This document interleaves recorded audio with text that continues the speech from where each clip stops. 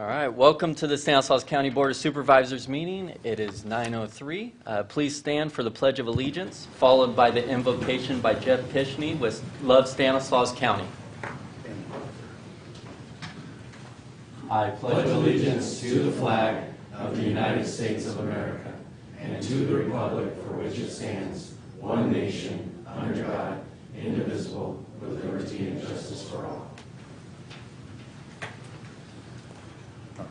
Before I share this invocation, I just got to say thank you. Thank you to all of you for your support and your encouragement for these years. This year is going to be our 15th year of Love Modesto, and it has been a crazy ride here. You know, this on April 29th, there'll be over 20 cities coming to Modesto from around the country, observing what we're doing and seeing how we do it, and then taking it back to their city. And that's been all inspired by our community coming together like we have. I give you all a copy of our soon-to-be released book on April 11th on Amazon and Barnes & Noble and everywhere else. So we're hoping this gets spread out there as much as possible. On April 29th in Stanislaus County, we'll have over 10 cities that will be loving their city. Love Ceres, love Waterford, love Turlock, you name the city. We're all going to be, thousands of people in our community are going to be out loving their city on that day. And the goal is not that just that day. It's year-round, ongoing pride and continual involvement in our city. So thank you for your encouragement and support. Let me pray. God, thank you for the community that we live. God, we know that there's challenges here, but there's also so many amazing, amazing, beautiful people here that make this home for me and so many other people. And God, I thank you for the leaders that I stand before right now, and I pray blessings on each of them. Pray blessings on their families, on their employment, and on their leadership of our county. And God, I pray that you would help them and give them wisdom beyond themselves in the decisions that need to be made today and in the future and throughout this year. And God, I just thank you again for the opportunity that we have to live in this community where there can be a lot of love and that we can help each other like you would want us to. In your name I pray. Amen. Amen. Thank you. Thank you, Jeff, for your words and for spreading the love across Stanislaus. We appreciate you very much. All right, moving on to presentations. We do have a presentation from the Carnegie Arts Center in Turlock, and we're going to have a PowerPoint presentation by Lisa McDermott. Lisa, good morning.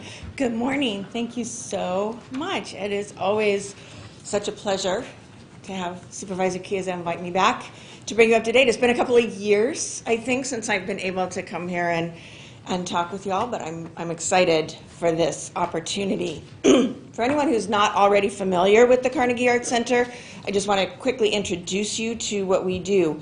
Our mission as the community's resource for discovering and learning through the arts allows us to promote creativity and activity in all formats and for all ages. Our galleries of art exhibit art from around the world and from around the corner. We have educational programs that target youth and families, as well as more seasoned art lovers and audiences. Wherever possible, we link different art forms together through offerings of classes, lectures, films, concerts, poetry readings, and family activities. Hopefully, we bring something of interest to the table for any potential participant. We partner with other community groups and arts affiliates, including the Lightbox Theater Company, the Village Dancers of the Valley, the Modesto Stanislaus Poetry Center, the Sunshine Strummers, Turlock Garden Club, Turlock Historical Society, and we're excited with new partnerships with the Stanislaus Arts Council, which I am also now a board member of. We continue to rebound from 2 very complicated and problematic years. Our attendance and participation numbers are rising, but not exactly normal compared to where we were pre-pandemic. But definitely we are on the upswing and things are looking up.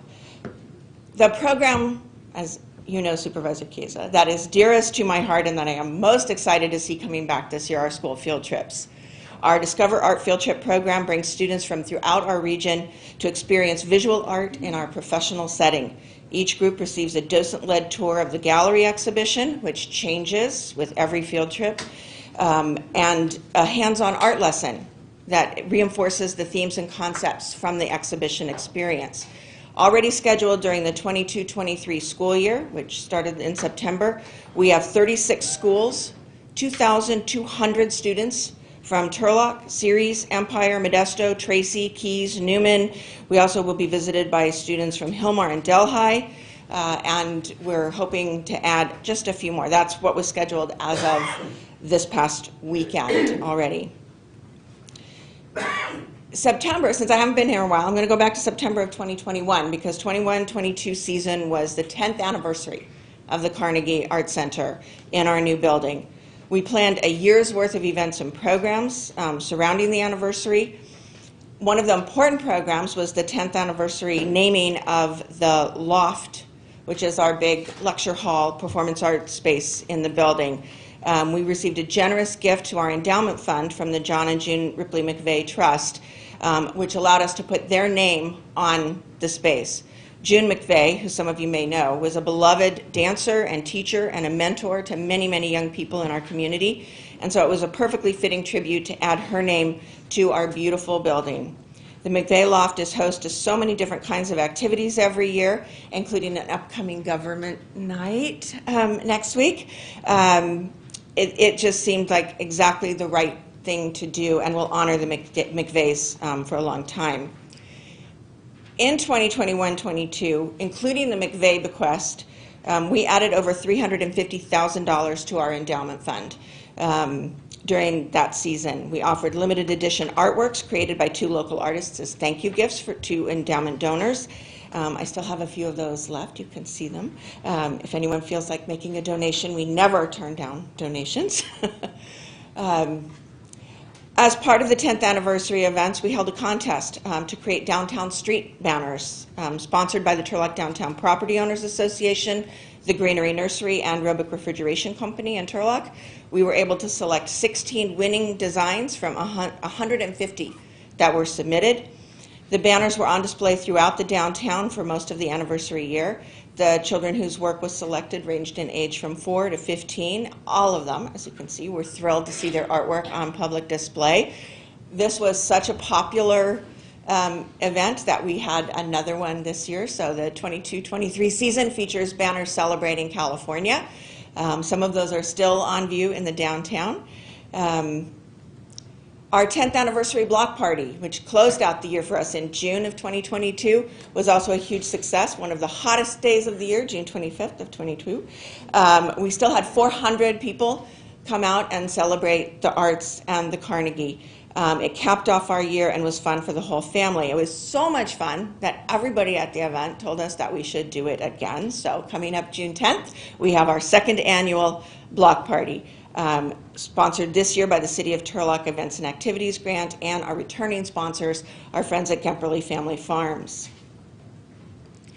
The first exhibition of our current season, 22-23, was Stitching California, which featured art quilts created by artists from throughout Northern California, depicting different aspects of the Golden State. The subject matter ranged from our beautiful landscape to our complicated history, from the impacts of immigration to the impacts of climate change. The artwork was incredibly beautiful and technically impressive, and was a magnet for field trip groups, especially 3rd and 4th graders who do a lot of learning about California.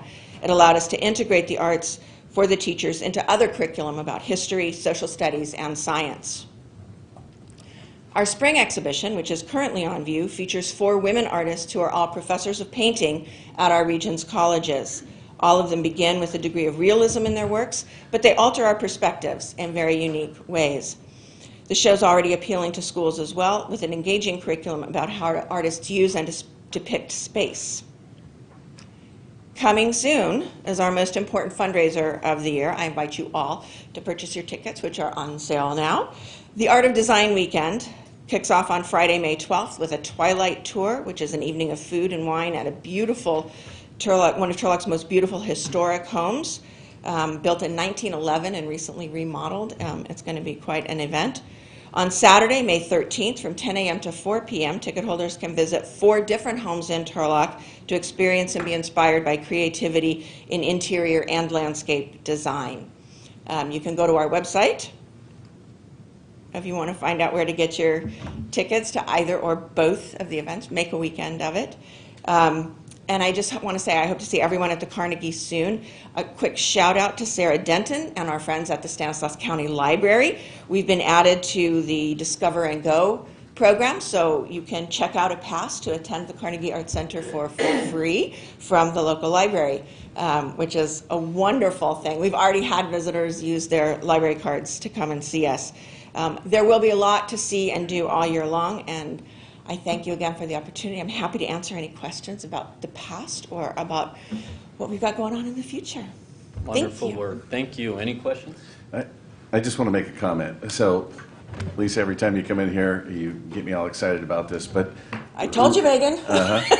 what I absolutely love is the schools are concentrating on reading and writing, and sometimes they don't see the arts, whether it's playing instruments or whether it's drawing or quilting or any of those things. There's not the investment there, and that's not to say that the other things aren't good, but the generous sponsors, most of them from Stanislaus County, have determined that this is important, and the Carnegie's board and yourself have decided that children are the target.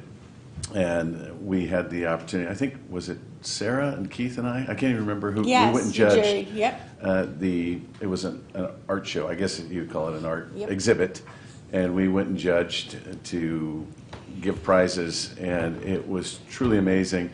The folks, and art is anything, right? Anything you can make with a pen, pencil, with quilting, with a needle, and just a great opportunity for people to show their talent.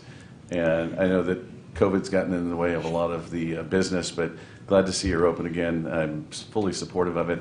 And then the shout out was that you're hosting, the Carnegie Arts Center is hosting the government night, which is the congressman who actually represents the Carnegie, because Turlock is split in two between Congressman McClintock and Congressman Duarte.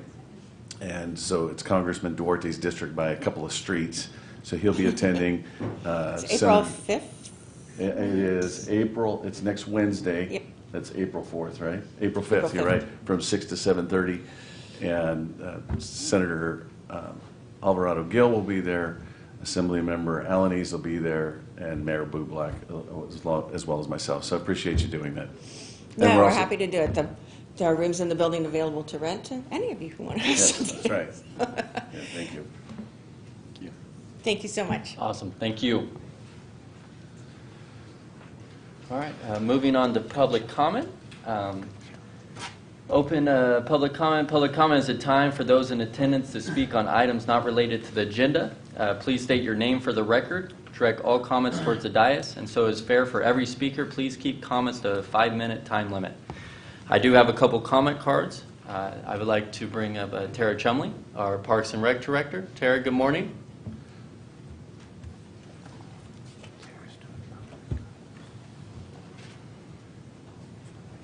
Good morning, Chairman, Supervisors, CEO Hayes, County Council Bose.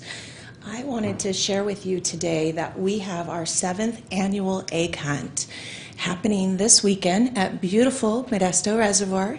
So it's on April 1st, and we're not fooling you. We really will be there. We are going to start our activities. We open the gates around 10:30 in the morning through 1 o'clock. We will have 4 egg hunts to cater the different age groups that will start at 11 and occur in 30-minute increments. And in those egg hunts, we have some golden ticket items where we had some generous contributions from the Sheriff's Department. The Air Support donated a bike. We had cash donations from Sheriff K-9 Posse Unit and SWAT, along with our partner Golden Valley Health Centers and Pacific Southwest Containers, who did cash donations, and we did a little shopping, and so we have a bike for each age group, along with several other tickets you'll find in eggs that include gift baskets. I'd also like to thank PAL as our partner in this event, along with the many volunteers they have recruited that will be there. And we will have the Parks Bunny himself available for some photo opportunities. And we will be highlighting our new mobile recreation van coming soon to a park near you. We'll have food vendors, crafts, face painting, and train rides. And the current forecast is showing a rain-free weekend. So I hope all the families come out and enjoy a fun time out at the reservoir this weekend. Thank you. Wonderful, thank you. Is there an age limit for 50-somethings? Those are very special eggs.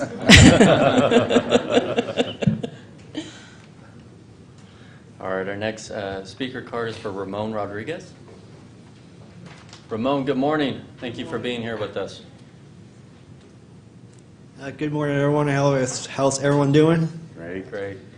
Anyways, I've read the Stanislaus 2030 plan, and the only thing it needs to have, what's really happening right now, is that we need to start building green infrastructure and building renewable energy out of like biomass and food waste, because sooner or later California might come with more regulations and new laws stating that we have to create energy out of renewable sources. And from the plan that I've read, that Stanislaus County has potential to become a leader in biomass and renewable energy production.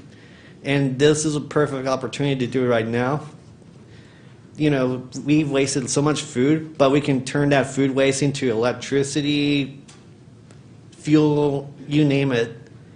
And for now, sooner or later, the state might provide new laws, you know, switching from fossil fuel-based gas into renewable-based gasoline or diesel, and this is the perfect time to do so. And also that will means creating more good-paying jobs, not just for Stanislaus County, but throughout the region. And since we have universities, Stanislaus State, Modesto Junior College, Fresno State, we can use them as partners to do research and development to turn the whole Central Valley region into a producer of renewable energy, so that California will be happy and the federal government as well. Because nowadays people are demanding new green demand for a solution to fight climate change, and we can turn that into an opportunity so that we can improve our economy, fight climate change, build infrastructure that will be resilient to climate change related weather, like what happened with the atmospheric rivers that we have for a couple of months, as well as providing good paying jobs, whether it's in public works, retrofitting buildings with solar panels and installations that is environmentally friendly, to building roads that are good quality. And for affordable housing, that's what I'm here to talk about, because we need people to stay in Stanislaus County and to grow our economy so they don't have to commute elsewhere or move out of state because everything's too expensive. And for that, we need to ask all the companies, you know, from the Bay Area, Los Angeles, and Sacramento to open up shops here, so people who stay at home, they don't have to commute or work at home. They can be right here, contributing to the local economy. That's what I like to see, so people don't have to leave Stanislaus County, don't have to move out of state. They can stay here and have a good living, standards of living, and affordable housing. And as for infrastructure, I've been driving around the unincorporated areas, and I've seen a lot of neighborhoods with no sidewalks, no drainage, and I'm glad that you guys did use the ARPA funds to build infrastructure for these neighborhoods, because they've been neglected for years, and I'm glad it'll be built. But for now, we need to, after that, it's like an initial good start, but we need to build more infrastructure for these neighborhoods because they've been neglected for so long. People can't even walk when there's a lot of floods and no sidewalks. So to have that infrastructure in place, people will have sidewalks to cross safely to school, to work, anywhere else. And then they don't have to worry about floods that's been happening, especially with the recent rains that's been happening. it's devastating, and it's hard to see these neighborhoods being neglected for so long, and that's the wake-up call that we need to take action for. And for affordable housing, the old courthouse, once the new courthouse is open, it should transfer into like a complex for affordable housing, and as for the municipal park, I was initially against it, but now I've seen a lot of good hopes and promises that that park can be into a new complex and neighborhoods with affordable housing, because people need housing that's affordable. They can't afford paying high rent and having everyone crammed into one single house. People need housing, affordable, decent, and living here so they don't have to move another region where it's cheaper or moving out of state, because some of these people have long ties, and I think that's it. Thank you. Thank you, Ramon. Thank you so much for your comments. All right, next we have Mr. Miguel Donoso.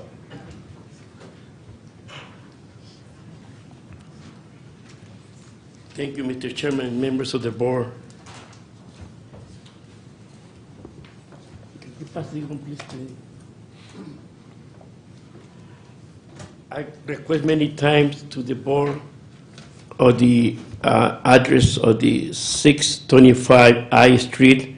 That's supposed to be the Salvation Army in regard to the homeless family and youth.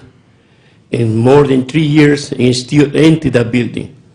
And now I find out that that building is supposed to be run or overseen by Mr. Hayes' office, meaning the chief executive office, and never respond to him.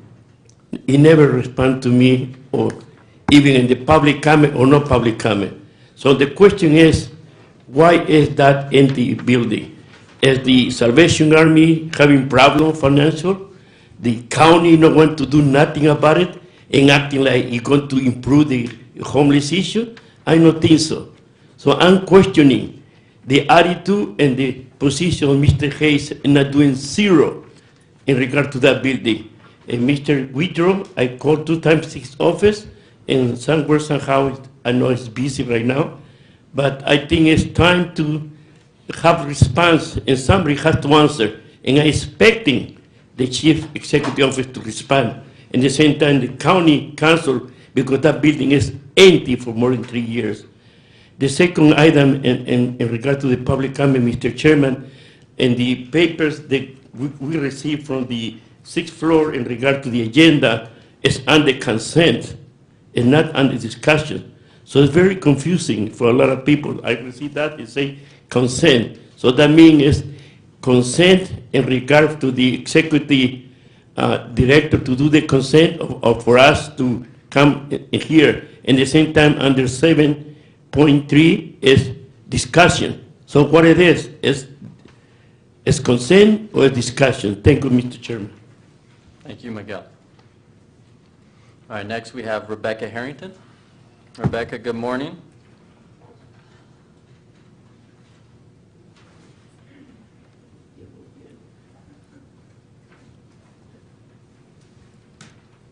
Good morning, Rebecca Harrington, South Modesto, MAC. Good morning, Chairman, CEO Hayes, Mr. Bose, and gentlemen. I know you guys just enjoy me coming up here. I'm just going through my book, and I was looking at some of the things that I have come here to talk about. But today, I'm going to focus on a little place called Mancini Memorial Park. It's a little bit of about 20 acres of land that was a park donated by the Mancini family to help our community which has been known by no man's land, Tortilla Flats, kind of a throwback to Steinbeck area, 9th Street community, North Series, when we were allocated to Series as part of their general plan, that we would be annexed into them, which so many people opposed, but yet at LAFCO, they went ahead and did it anyway. That's another story. Mancini Park has remained with the city because of the agreement that was done. However, there's something known as the JPA, the Joint Powers Authority, of which the City of Modesto, the county and the city of Ceres are part of the group that oversees that park. So they each have a stake in the park.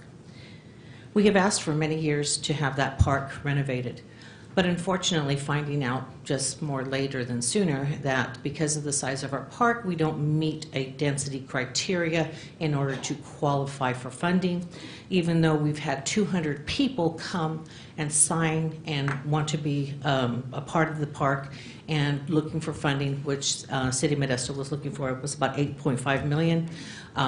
The Cesar Chavez Park did get it. Malice Park, formerly known Malice Park, now MLK Park, did also get that, but we got nada, zero, zip, nothing.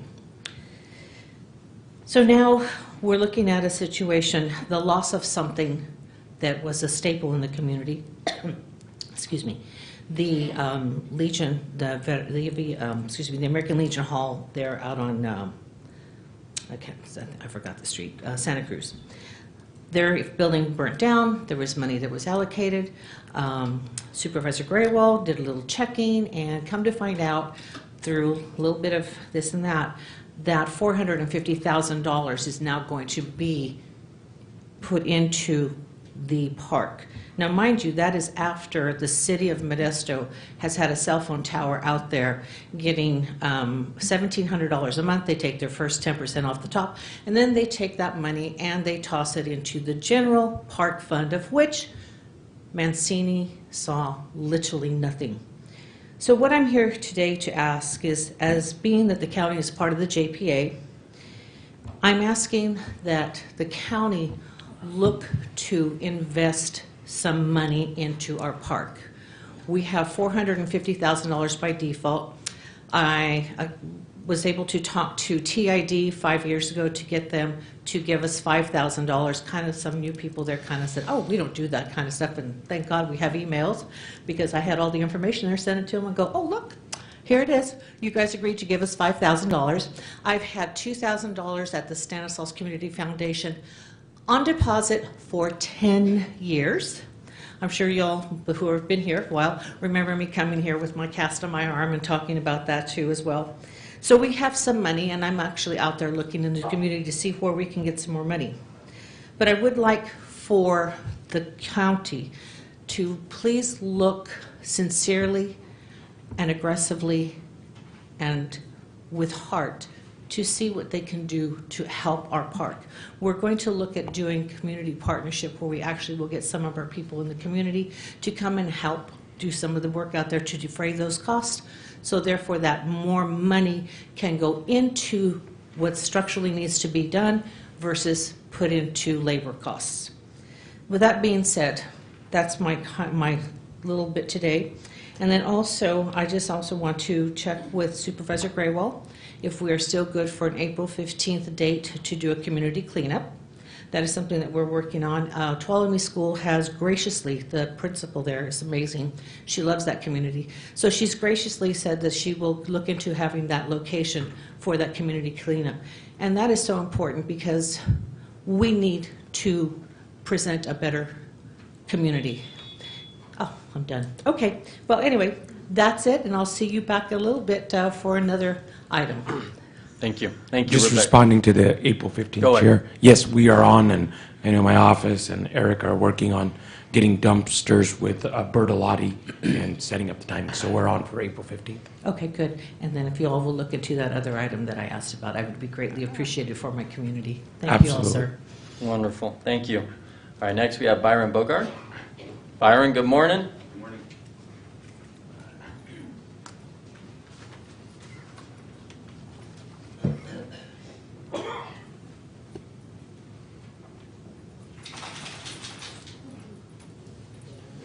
Sorry, you didn't like being woken up.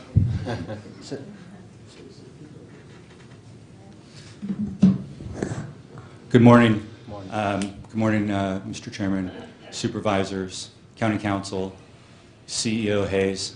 I thought a lot about what I was going to say over the last couple weeks as I knew this moment was approaching. I'd written out a script, I'd written letters, and I felt all of it was probably good to just get all the emotion out of it. And so today, I just briefly, over the couple minutes that I have with you guys, I want to highlight a little bit about the cannabis program and some of the issues that we're still having today and some of the issues that I'm specifically having. I'm going to submit a letter for the record that is also some correspondence that's gone back and forth between me and the cannabis program director, Damian Martinez, as well as trying to get some clarification around selling my dispensary, which I have asked you guys since going back. I went back and I looked. It was last March that I came in front of this group and asked for direction. And still to this day, I have gotten none. At least back then I was told by some people that I'm not allowed to sell it. Then I was told I could sell it to certain people. Then I was told that I could sell it, but maybe it had to be, you know, this group or that group. And fast forward to October 11th when Damian came out to our dispensary to do the final inspection. I was told that he had met with Mr. Hayes the previous day and that they were rolling out a program that kind of outlined what we needed to do, the 10 steps as he called it, for the sale of the dispensary. And so I again waited and waited and waited and still to this day have had nothing. So according to my development agreement, I sent in to Mr. Hayes at the beginning of the month the person that I'd like to sell the dispensary to, and according to my development agreement, Mr. Hayes has 30 days to look into it and let me know. And I still haven't heard anything, nothing about a background check. When I met with Mr. Martinez back on October 11th, we talked about background checks and how onerous it was for all the cannabis businesses to do it. He had mentioned to me that he had heard about this, he knew about this, and he was going to address this issue so that there was a standardized process. Again, to this day, nothing has been done, and up on the website it still talks about the background check program that we had to do back in 2018. My frustration is the ordinance gives Mr. Hayes a lot of latitude. For me as an operator, it's almost uncomfortable how much latitude it gives Mr. Hayes to fix, write, change the ordinance so that things flow and have a standardized process. And what I was excited about when Mr. Martinez, I believe that's how he said, when Damian said that he was coming on board, he talked about the standardization process. And I thought about bringing up the video and playing it of Damian in my dispensary admitting to me how many times the county has blown it because they don't have a standardized process and how that's what they were working on. And yet still, several months later, we've seen nothing, not a thing. And so what's frustrating to me is now that I've submitted this application to sell my dispensary, all of a sudden I'm hearing rumbles that, oh, you got to do this, you got to do that, you got to do this. Well, I was fine with all of that back in October. I was fine with all of that back in March when Mr. Hayes had the opportunity to come up with a criteria. But now that I've already done this process, it's too late. He can go back and he can make criteria for whatever he wants, but I've already submitted my paperwork. So that's about me. But what I wanted to stress to you guys today about the cannabis pilot program is it feels like to me, because I believe that all the staff here are great. Even though I have some major emotional feelings in regards to how I've been treated as of recently, I still believe that the staff is great. But the problem with the staff is they don't know the direction of this leadership up here, elected as well as appointed leadership that I'm looking at right now. And that starts with you guys. And what I would implore you to do is to have cannabis on your agenda to where people and operators can talk about it. The CEO's office can actually come up with some processes that can be implemented so that there is standard process in the cannabis pilot program. This was a pilot program.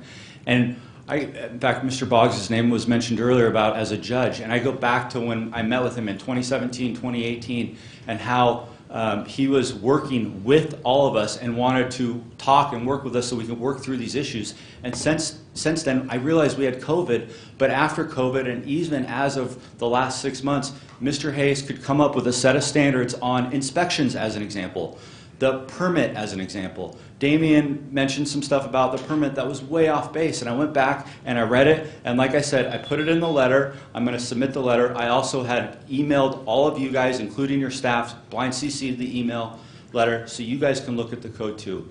And I would just implore you guys to put it on the agenda so that it can be talked about. Because right now, all you're doing is helping fuel the traditional market and the criminal element in the traditional market, and it's not good for anybody. Thank you, Byron. Thank you. Thank you for your comments. All right, any other speakers in the audience wish to comment during public comment? Okay, seeing none, we will close the public comment period and move on to the consent calendar. We do have an item that is wished to be commented on, item B3. Do any members of the board wish to comment on any items on consent? Okay, seeing none, do any members of the public wish to comment on any items on consent other than B3? Okay, seeing none, we will bring it back to the board for action. Motion to approve the consent calendar. Second. We have a motion by Supervisor Chiesa, a second by Supervisor Condit. All those in favor? Aye. All those opposed? Okay, passes unanimously, excluding B3, 5-0. Okay, Mr. Donoso, you have a comment card on item B3. Yes, Mr. Chairman. Thank you, Mr. Chairman. Thank you, Mr. Chairman. Board members. I think that's the workforce development project. Number one, I want to ask what happened to the Vision Valley report in regard to housing? None. It's almost 2.5 years that Mr. Hayes gave a lot of money to this consultant firm in Sacramento. Zero report. That's questioning. But like he, all the time, he never answered to us. He never said nothing. And yet, he paid thousands of dollars for that, and we still not have. In the report of the economic report blueprint, he never mentioned the housing issue. The housing issue is the biggest problem that we're facing in this county. We're paying over 45% in the rent is going to that. So that's economic. And you still acting like you're not listening to us, even not looking to us. So that's a big problem. His attitude is something else. So negative, there's questioning. So Mr. Chairman, in regard to the working plan of the workforce development, you have a good statistic for the first time, good information, but it's missing on the culture competency. It never mentioned how many members are bilingual by culture. And in that report, it never mentioned the Executive 13985 and the 13166 limited English proficiency. Never mentioned that. It took it to improve the language for the learners that not speak English like me too good. And at the same time, it never mentioned that in that report. That missing. In regard to the education system, we still having 2 or 3 years behind the Mexican Americans and Latino, and Mexican Latino, 2 years behind the education compared to the white people.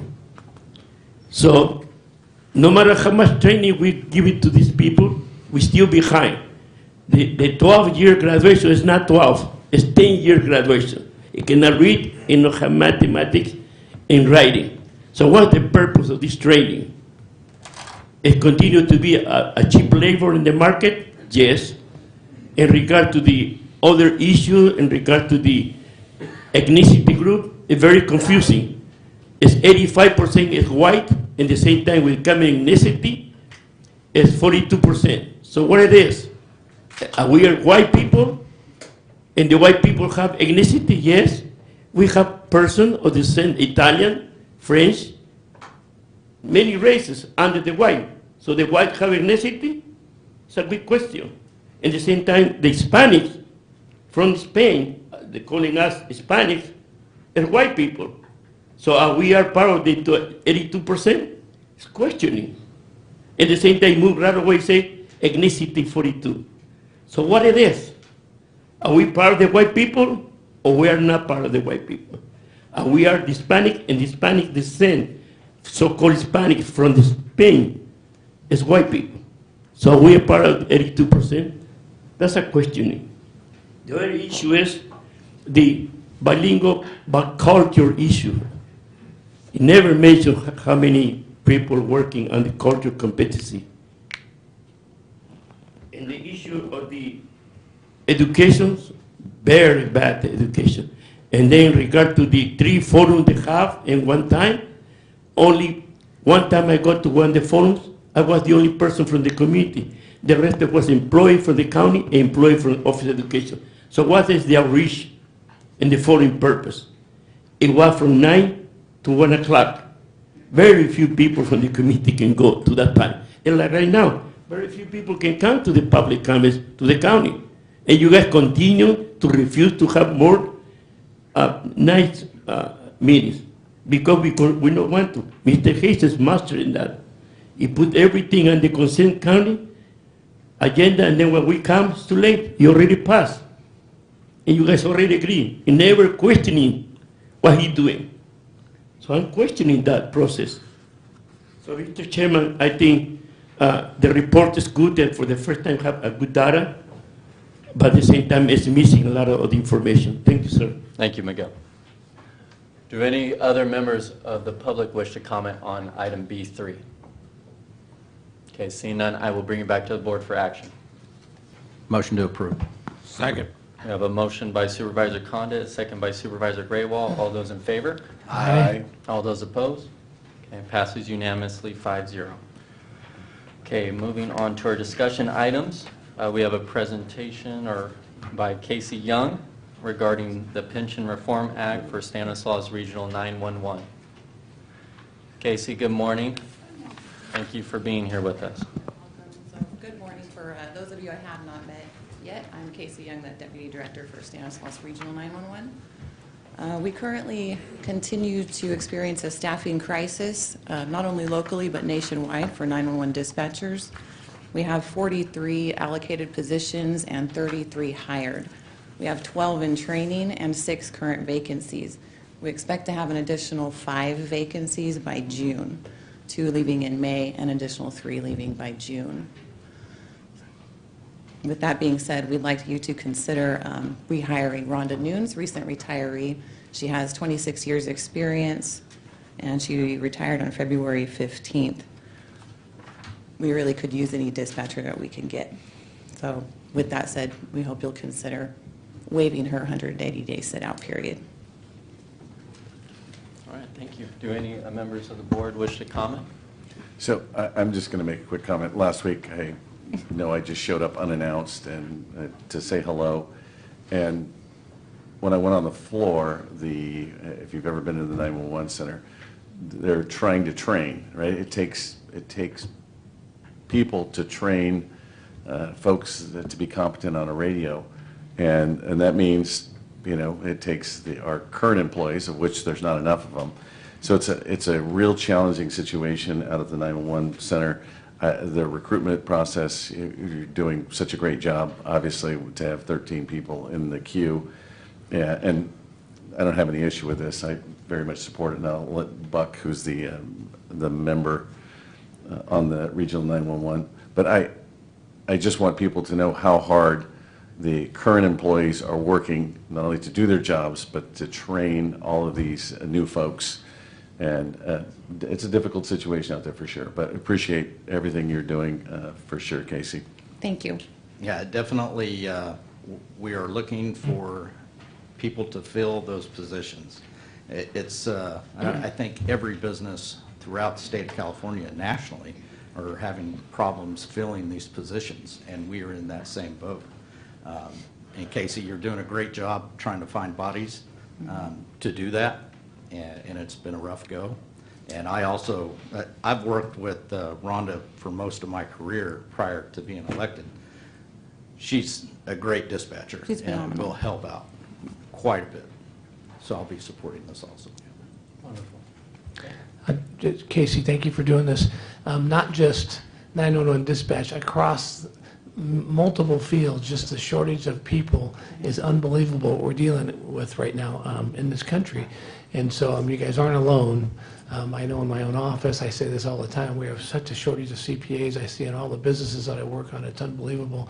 I don't know where everybody went, but we were doing this often. It seems like all the time now we're waiving this 180-day period. So anyway, we feel for you. We know what you're up against, and appreciate all the hard work you're doing, and very much support this. Thank you, Terry. If I could add, I'd just like to thank Rhonda for coming back to help fill some of those vacant positions. Yeah. Okay. Do any members of the public wish to comment on this item? Aaron? I was thinking and wondering because, well, how are you guys? I'm sorry. I'm Aaron Anguiano from the Latino Community Roundtable, and I hardly come over here because some of you are members of the Latino Community Roundtable anyways, and I hope that you're looking after the Latino community. But I was wondering right now, you know, as you see, COVID really showed us a lot of inequities because when you had resources and says, well, who are getting these resources? And I was wondering right now, what's the recruitment efforts, and then are they tapping into the Latino community? Because we're increasingly becoming more brown here in the county. And then, because I found out about 911 because of a court case I had in the regional, and how it works and everything. And so I was wondering if maybe they can also have job fairs for the Latino community. I'm sure there's educated Latinas and Latinos that can help. Thank you. Thank you, Aaron. All right, any other comment before I bring it back to the board for action? John?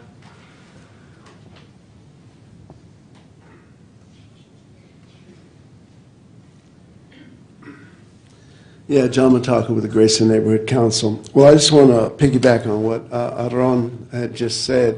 I think that, you know, in my community, it's primarily Spanish-speaking, and I'm not all real clear on exactly the procedures of the 911, but I know in just about every aspect, when the primary language is English, sometimes there's people, I'm sure they have to have somebody that speaks Spanish available, but I would think that there's a market out there for hiring some dispatchers who speak Spanish in particular. But the other thing I would say is that, you know, the county does this all the time. They hire people when they retire to come back. They make them wait that waiting period, and they do it for all types of departments throughout the whole county. So this is nothing new by a long shot. And to me, as a person that lives way out in the unincorporated areas, that's a very key place where that if it's shorthanded, we need to do everything we can to make sure that it's fixed. Thank you. Thank you, John. Any other members wish to comment? Okay, seeing none, we'll bring it back to the board for action. Motion to approve. Second. A motion by Supervisor Condit, second by Supervisor Chiesa. All those in favor? Aye. All those opposed? All right, passes unanimously, 5-0. Casey, thank you for your presentation. Okay, moving on to item 7.2, we have a PowerPoint presentation by Mr. Dave Lehman regarding the North County Corridor Project. Mr. Lehman, good morning.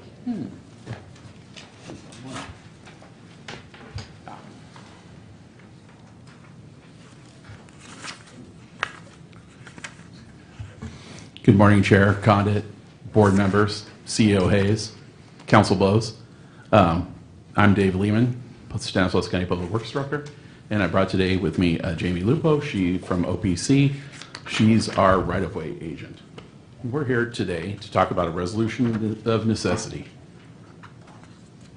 And we're asking the board to pass a resolution of necessity to acquire real property. It's APN 075-023-021, David Ribeiro and Darlene Ribeiro.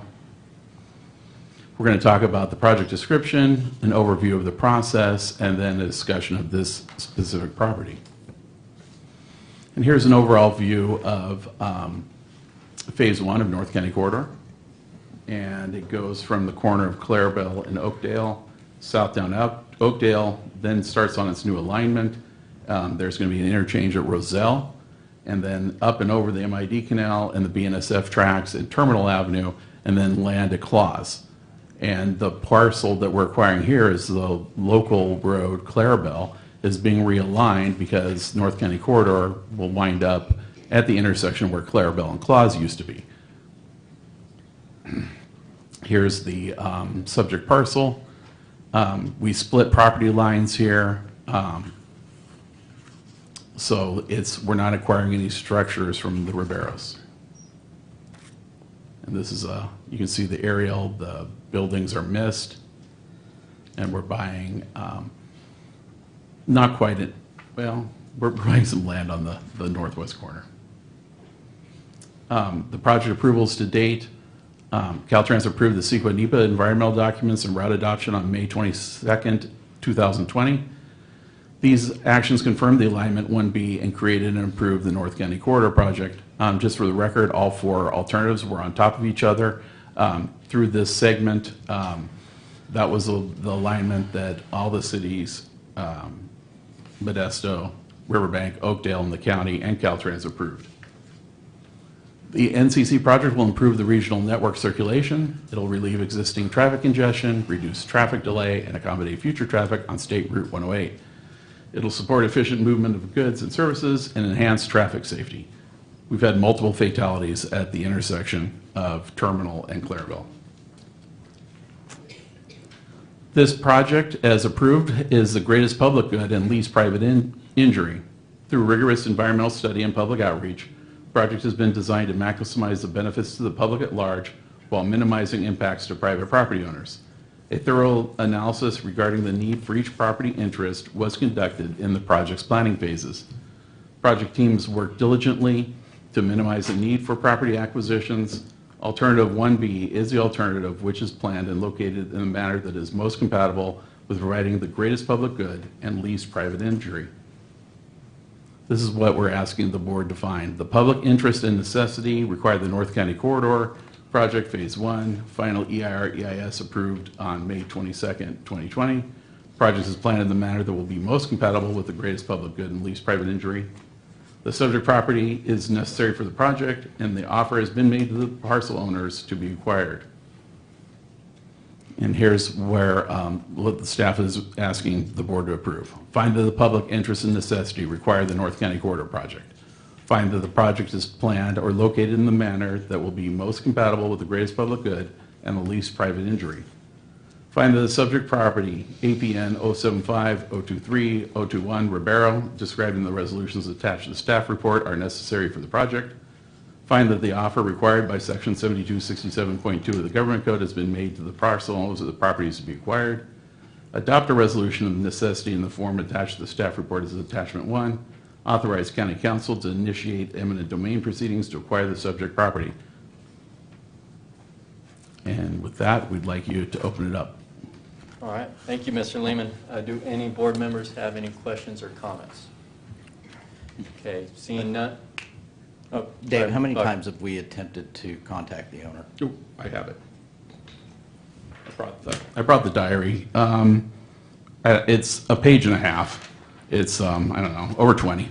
Over 20 times, no engagement whatsoever? No, there has been. We've been talking. You know, we originally we proposed with the neighborhood to pay them to relocate their stuff. That's our preference because we don't like our contractor going on private property, but because of the state of the economy and construction, we've offered that our contractor for this neighborhood will relocate fences and irrigation pipes with the project. That way it's one less worry. Okay, I'm going to open it up to the public. Do any members of the public wish to comment? Sir, please come up, state your name for the record.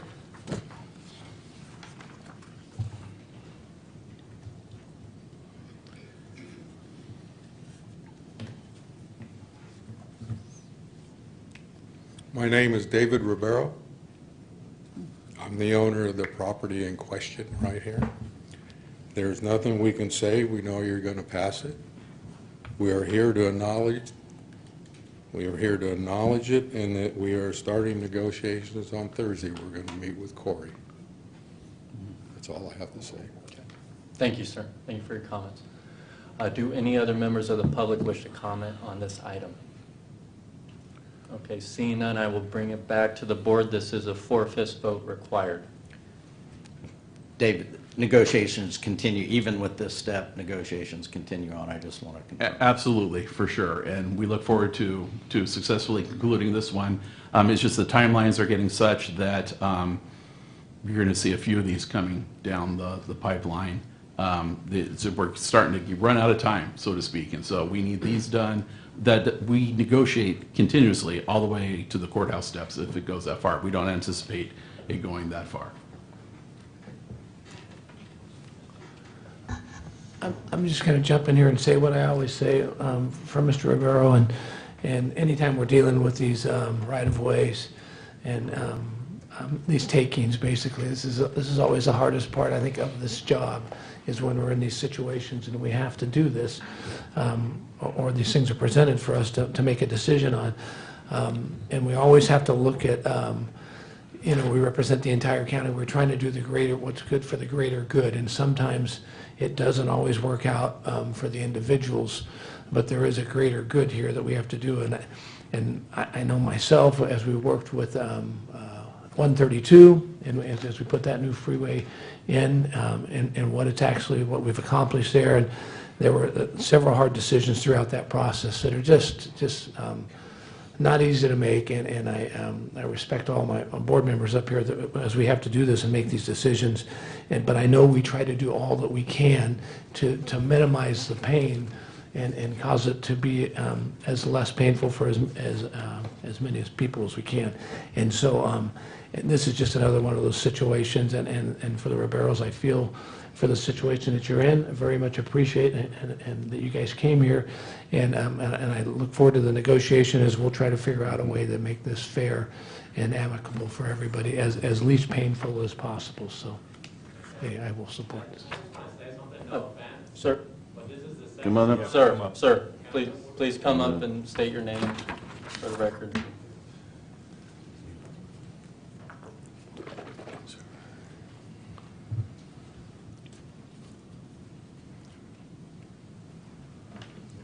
Jim Ribeiro.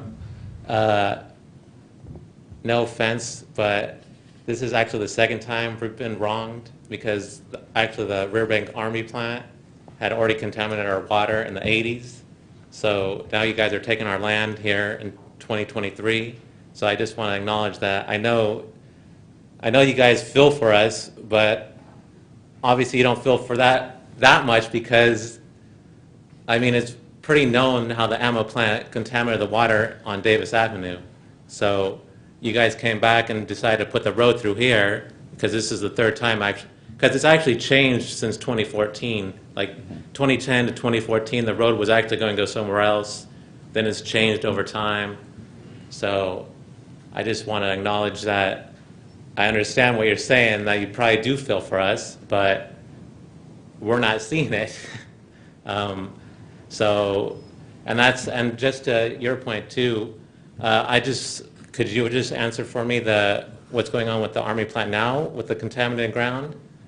If I can be indulged, we've learned more about the Army and DTSC than I think we thought we would. They're still suing each other. There's a settlement out there, and DTSC, the Department of Toxic Substance Control, which is the state, does not agree with the Army's level of cleanup.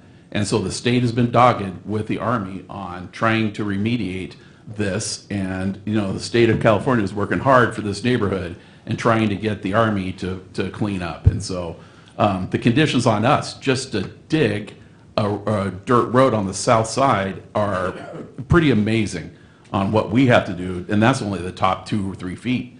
So it is an interesting situation. I do know that DTSC is working hard for this neighborhood. Yeah, that's well, because we've been in contact with the regulatory agencies, and we don't want to act like we're stonewalling you guys. It's just that we've wanted to wait for information to come out, because that's a major part of what's going to be 108, the actual North County corridor, and Clarabelle is not that far away, and that might impact traffic-wise for us. So we don't want to look like we're stonewalling you guys. We are willing to negotiate, but we were waiting for information to come out with regards to those 2 parcels that 108 is about to go through. And I know for a fact nothing has happened, because there's supposed to be a public comment period down the line when the cleanup is supposed to be almost complete, and that hasn't taken place. So I know you guys have an urgency to get this done, but how is everything supposed to get done if the Army plant is not giving up their land because it's still contaminated, those parcels, because there's 2 parcels that 108 is going to take. So what's the timeline for this? Because this is the information we've been trying to get to, and we haven't been given any timeline on when those parcels are about to get released or cleaned up or remediated or whatever you want to call it. Right. So we have the ability to mostly avoid the Army. We, at one point, wanted to buy the ultimate right-of-way here or have them give it to us, because we're buying land from the federal government, and there's a way to not buy it, to transfer land. And so we're not waiting. It's been a while. They've been suing each other for a long time, DTSC and the Army.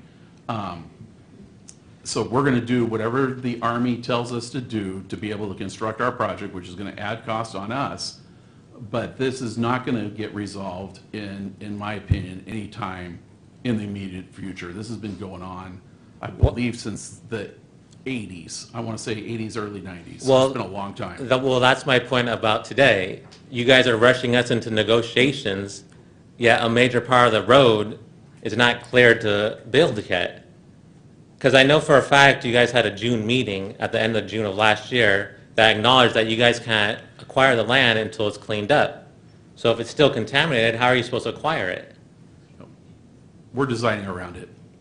No, so does that mean the design is changed, or is it you still taking the ammo plant, part of the ammo plant's land? We're not taking the ammo plant's land, but we do still have to comply with their. No, that's my point. Is the original design that was going to take those two parcels, is the road still going to go there? Eventually, yes. I mean, for phase one. We're trying to stick within the existing county right-of-way, but there's still mitigations we have to do. Now we're getting. Jim, I'm sorry, we're going to have to conclude comments. We had already closed public comment. I allowed additional comments I thought due to this the is- sensitivity of the. I thought this is a domain. discussion item, though. I thought it's not. I know, but we had opened it up public comments. David had spoke. We closed down. We had brought it back to the board for action. I did allow you to have additional comments due to the sensitivity of the matter, but we do need to conclude this so that the board can make a decision. Well, can I just make one more point, if I Yeah, may? one more point, please. Okay, one more point is, if it's not cleared for phase one, is that not going against what the environmental report has stated? We're going to get our permit to construct that portion of the road. Okay. All right. Thank you, Jim. In what timeline, though? What's the time? With Jim, if you want, we can have you and Mr. Lehman talk offline. Thank you. All right, now it has been brought back to the board. I did allow additional comment due to the sensitivity of the eminent domain topic, but it is with the board now, and it is a 4/5 required vote, so I will entertain a motion. Motion to approve. I will second that. We have a motion by Supervisor Condit, a second by Supervisor Withrow. All those in favor? Aye. All those opposed? Okay, it passes unanimously 5-0. Thank you. Thank you, Mr. Lehman. Can I chance real quick, Dave, while you're still here? Grayson Road, how are we doing on opening up Grayson Road? I'm going to grab you while you're up by the mic here, sorry. Let me stand. Sorry, Chance, just for... No, you're There's, fine. So Grayson Road is partially underwater right now. The eastbound lane, the water comes up about halfway into the lane. It just isn't safe for drivers. That's a high-speed road. It's on a curve, and so although you could open it for westbound traffic, I suppose, because westbound lane is not underwater, it just isn't safe. If somebody passed there on the corner, I mean, it would be hydroplane city, and you're winding up either in the river or in the dairy. So same thing, I can give you a brief update on Hills Ferry Bridge. Same issue. Until the river drops below 15,000 CFS, cubic feet per second, Hills Ferry is going to remain closed indefinitely. The San Joaquin River is forecast to flow at this level right into August. So Hills Ferry Road Bridge, I would anticipate will be closed until late July, early August. So it's just one of those things where we've been trying hard to move that project along. Thank God we got Crow's Landing Phase 1 done, because otherwise Crow's Landing Road Bridge would also be closed, which would be So Grayson's just stayed a day here and just going to continue to watch it. I would think it's on the same timeline as Hills Ferry until the river drops below about 20,000 CFS, 21,000 CFS, that it won't be off the road yet. And so it's still halfway up the road at 23,000 and some change cubic feet per second. Okay. So and it's one of those things, we have looked at it. We studied it, and it's several $1 million to raise that road. And it's between the condition of our roads and, the many bridge projects, 21 bridge projects, we just don't have the funding to pay for raising it. And I saw a comment, same thing on Shiloh. If the Tuolumne gets up above right around 15,000 CFS, Shiloh's closed because it overtops the road. And again, that's not a cheap project to raise all these roads. So it's right. John. I started something here. So. Well, as pertaining, I do want to conclude this item, but John, if you could be brief, please. Just briefly. I understand what Mr. Lehman said about Shiloh and Grayson Road, but I just want to speak up for the owner of the One Stop Market. The only business in town in Grayson is suffering. And he repeatedly, every time I go in there, asks me, when is that road going to be opened up? I said, I don't know, because I know that they're still expecting more water, because he basically laid off 2 employees, plus, he closed his deli because most of his business came that way. I understand that is a very fast road there. I got to admit that. People drive it like a freeway, and I understand that concern. But the only reason why I asked to speak now is because I hear Mr. Lehman say Shiloh might have an issue in Grayson Road and there's not funding. Well, hell, how the hell are we supposed to get out of town? If you let Shiloh go and you let Grayson go, what do we got to do? What do we got to do to get out of town over there in Grayson and Wesley? You just going to leave us there? So, find some money. Thanks. Thank you, John. Okay, moving on to item 7.3, which is the American Rescue Plan Act funds and spending plan on related actions. And we have a presentation by Mr. Jody Hayes. Okay, good morning, board members, and I'm proud to be joined by Angelica Ramos, our Deputy Executive Officer, and she's going to be actually kicking off this presentation this morning. I just want to say a couple of opening remarks and to recognize that we would really like to have been before you probably a couple of months ago presenting the information that's in this report. However, there are a lot of moving pieces that have gone into the recommendations that we ultimately formed that are before you today, and it did take us quite some time to make sure that all of those moving pieces were in place and that we felt very, very confident in the reasoning and logic behind why we would be making these recommendations, kind of an updated spending plan for the American Rescue Plan Act funding. And I'm going to go through parts of this today, and Angelica is going to go through some parts of it as well. And then we have other staff members that are available that have been instrumental in putting this together. And so you've got the whole team with us this morning. So all yours, Angelica. Thank you, CEO Hayes. Good morning, Angelica Ramos, Deputy Executive Officer in the CEO's office here today to bring you an update on the American Rescue Plan Act spending plan and make some recommendations for our Phase 2 reserve funds. As CEO Hayes mentioned, he and I will both be presenting the recommendations contained in the report. So for those who are interested and members of the public and others who may not have been following this, on May 18, 2021, our Board of Supervisors approved the following spending plan for $107 million of American Rescue Plan Act funds, which our county was allocated by the U.S. Treasury.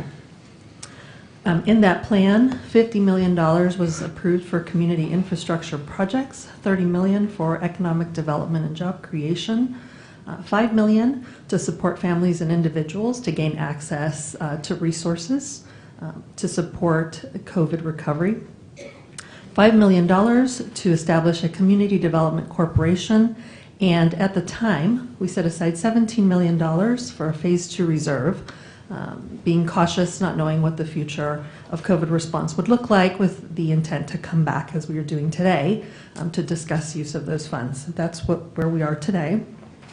That is some background. Now we'll hand it to CEO Hayes to take us through the projects. Okay, thank you very much, Angelica. I want to cover a couple of the key areas in our recommendations. And the first is that Phase 1 allocated $50 million to county infrastructure projects. We spent a lot of time in this boardroom going through what that allocation would look like and where those projects would be deployed. And in this Phase 2, we're proposing an additional $5.8 million to advance projects in each one of our board districts. It's pretty clear for those of you who followed this that this has been a highly supported strategy in our community, and there are a lot of great things to look forward to with these infrastructure projects and how they have combined with other funding sources that we've been able to materialize for the board to spend on infrastructure. This is truly an unprecedented time, and us being able to move the needle on some of these core infrastructure deficiencies in Stanislaus County's unincorporated areas. So we had the premise that we definitely wanted in this Phase 2 allocation to increase this $50 million amount. It was just dependent upon how much could we do. And these recommendations conclude with that number being $5.8 million. We're still looking at how that $5.8 million, what recommendations we would have for the board on how those would be allocated. So we're not prepared to make a recommendation on the allocation of the $5.8 million today, but we will be bringing that back to you in the next few months.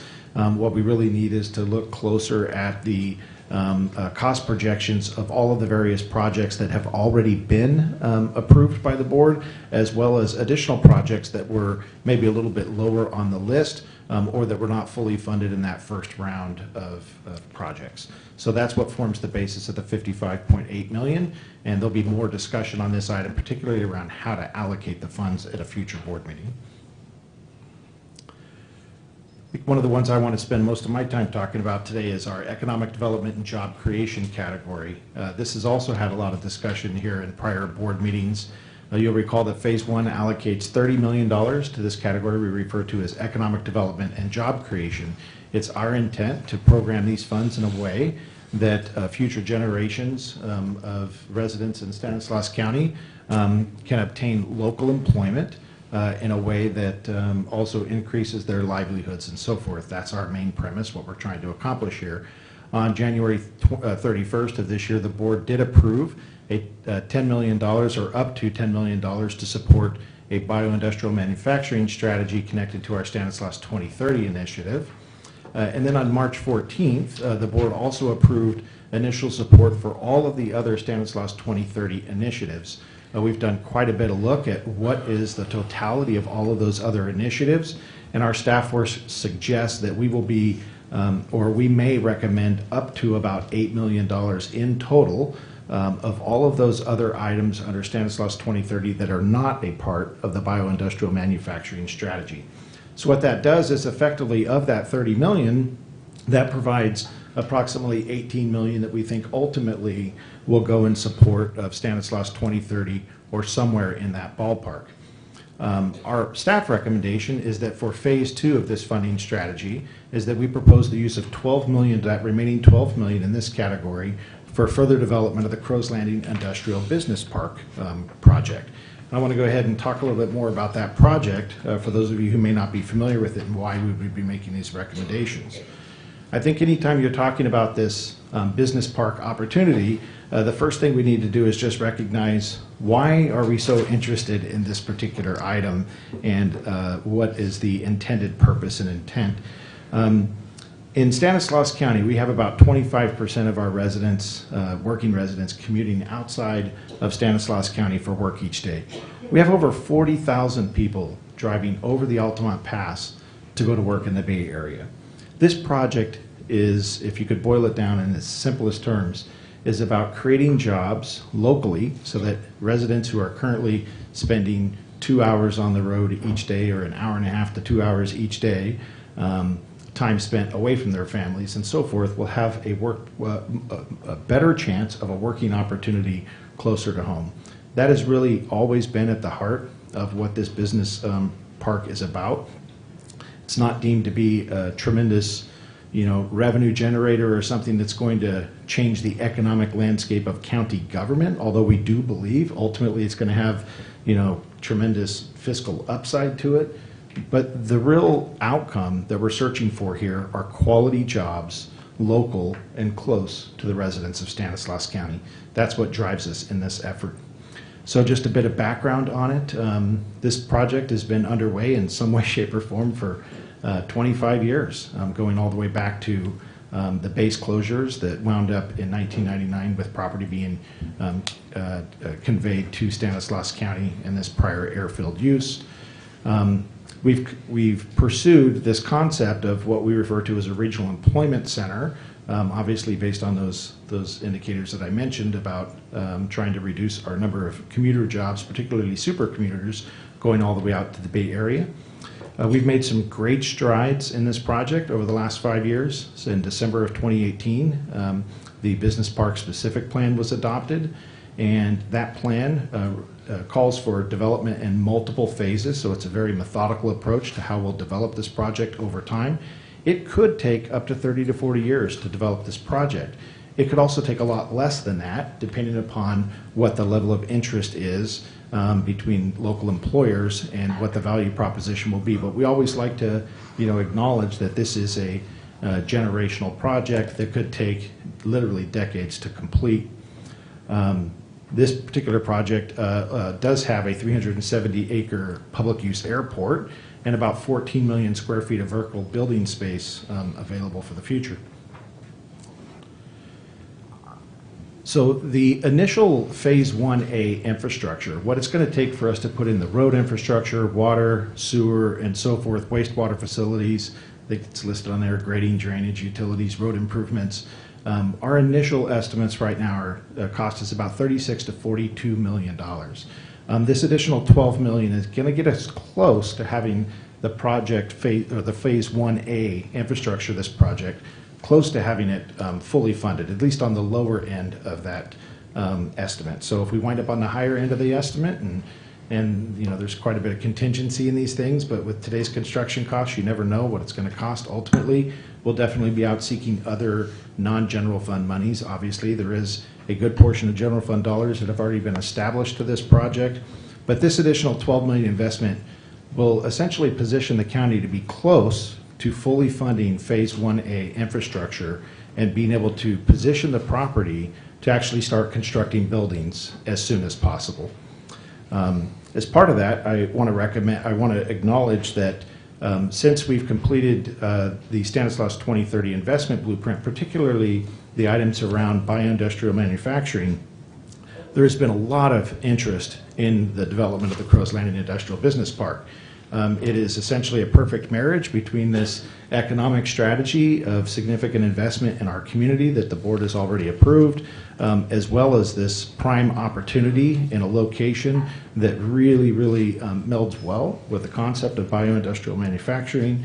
And therefore, I just want you to know that there is a lot of ongoing interest every day in what is possible with Crows Landing and what is the quickest route for us to get there and start building buildings with jobs.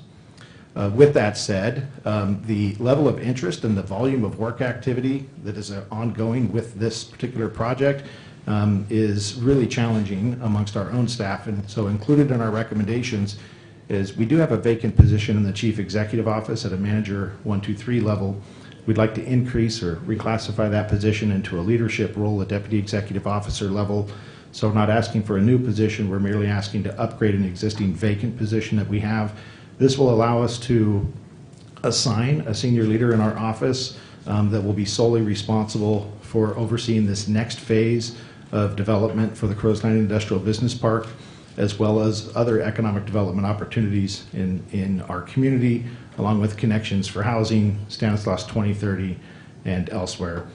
We do have additional ARPA funds that were unexpected. It was about $100,000. I think we had two $50,000 contributions in what's called the Local Assistance and Tribal Consistency Fund. So these are one-time funds, and we would recommend we go ahead and use those one-time funds to help pay for the difference in cost between these two positions. Also want to recognize that we have realignment local innovation funds, so non-general funds will be supporting this position, and I just want to make that clear. We're not asking for general fund support for this particular position. Next item. This next category of supporting families and individuals. So on March 1st, the board did approve $5 million to support COVID-19 recovery and improved health and well-being for individuals and families. So these funds have been contracted out to 5 community-based organizations through our community services agency. We did this right away as soon as the process was completed last year. This has been going very well in terms of supporting our local family resource centers.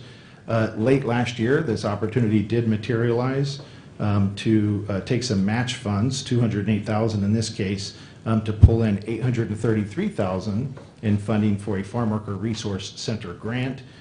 So the board did approve using ARPA funds for that purpose. And so this plan is just updating the plan to recognize that our $5.0 million is now $5.2 million.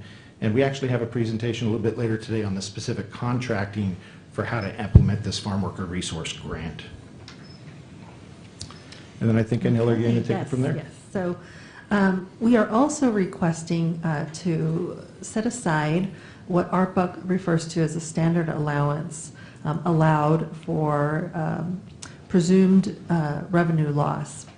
So the ARPA legislation allows municipalities to, via a fairly complex formula that compares the fiscal year just before the declared pandemic to be compared to the period shortly after the pandemic for the calculation of revenue loss. And if you've experienced revenue loss and can justify that, then you can request to retain some of the ARPA funds to make up for that revenue loss. The second option is for municipalities to bypass that calculation as spelled out in the legislation and simply accept a $10 million standard allowance. They call it the standard allowance in the legislation. We have to make a declaration in our reporting that as a county, that's what we intend to do. And that we've reported that we are exploring that $10 million standard allowance. The plan for those funds would be to retain them as a general fund assignment in order to continue to support response from the county for future budget balancing. We would hold it in the assignment until recommend to hold it until fiscal year 2026, and then look to use it for budget balancing as needed. Should it not be needed for budget balancing, then we would return and make a recommendation to utilize it for future infrastructure projects or other needs of the county. In the adopted budget for 2022, which we brought to the board in September of 2021, the board approved a position to support administrative functions for the ARPA funds. This was a manager 1, 2, 3 position, and that position captures all of the administrative time that the Chief Executive Office spends in support of managing all of the ARPA projects, ARPA funds administratively. $1 million will be set aside, is recommended to be set aside for that administrative support to continue to fund that ARPA manager for the duration of the performance period, which ends December of 2026. As a reminder, the original spending plan agenda item from May 18th, 2021 set aside funding in each of the categories listed on your screen for the amounts listed on your screen. They're in just under the green bubble. You see the $17 million Phase 2 reserve funds that we're requesting to program today into the spending plan, and making the edit to our spending plan to what is presented to you on this screen. $30 million would continue for economic development job creation, $5 million for the establishment of a community development corporation, $5.2 million for supporting families and individuals to gain access to COVID-19 response resources, $55.8 million for community infrastructure, $10 million from that standard allowance for consideration of future budget balancing, and the $1 million for administrative support. With that, we have 2 staff recommendations for you to consider the strategic priorities of the $17 million in ARPA Rescue Plan Act funds and develop a spending plan that will support the county's recovery for the economic impacts of COVID-19, and amend the salary and position allocation resolution to reflect the recommended changes as outlined in the staffing impact section of the report. With that, we are open to questions. Okay, thank you. Do any board members have any comments or questions? No? Okay. Seeing none, I do have 2 comment cards on this item. Mr. Donoso.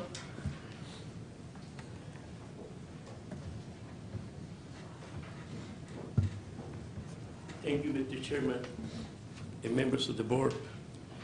It's hard to believe there's so many $1 million for this project, and yet the COVID-19 effect supposed to go back to these funds to the communities, and yet we see almost, what, less than $5 million or $7 million to the whole community, especially the Mexican-American in Mexican and Latino population in March, the west side was 30% affected by the COVID-19.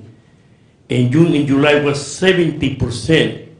So that means that money is supposed to be 70% for the Latino community. And yet you question your small pieces, less than $8 million maybe for the Latino community in Mexican America. That's nothing, really, to the effect that was to the community regarding only so many people died. 74% was affected by COVID-19, and yet we still don't see nothing of that money. Maybe what, $8 million compared to $107 million? That's nothing. That's a joke. Mr. Chairman, one of the biggest issues, again I repeat, is the so-called Valley Vision is supposed to bring the housing issue in report. They still not report that. And Mr. Hayes is still acting like he don't know nothing happened. He spent $1 million to Sacramento to do a study in regard to the issue of the housing in this community. I never see the report. I don't know if you guys received the report. Somebody's under the desk pretending you see the report. The housing issue is over 55% of each family pay for the rents. That's a lot of money. And that's economic. But I never mentioned that in the Stanislaus strategic blue plan. Never mentioned that. You mentioned everything, but not housing. So that's the problem. The other one is in this plan, you never mentioned the Executive Order 13985, the Executive Order 13166. Never mentioned. In regard to the Crowland Industrial Park, it's a joke. If we are facing the population of the workforce in this community, the biggest is the Mexican American community, and yet we still behind reading and writing math. So who is going to be hired for that project? That Mr. Hayes say, many jobs, 1,000, maybe 2,000. For sure, it's going to be people from the Bay Area, because we don't have the skills and the education to do that. You're not going to do that in 3 or 4 years. This plan is over 25 years in regard to Crow Landing. I was here when these people from Sacramento come out and say this yes, and Mr. De Martin say no to that plan. And now it's yes. It's a big question.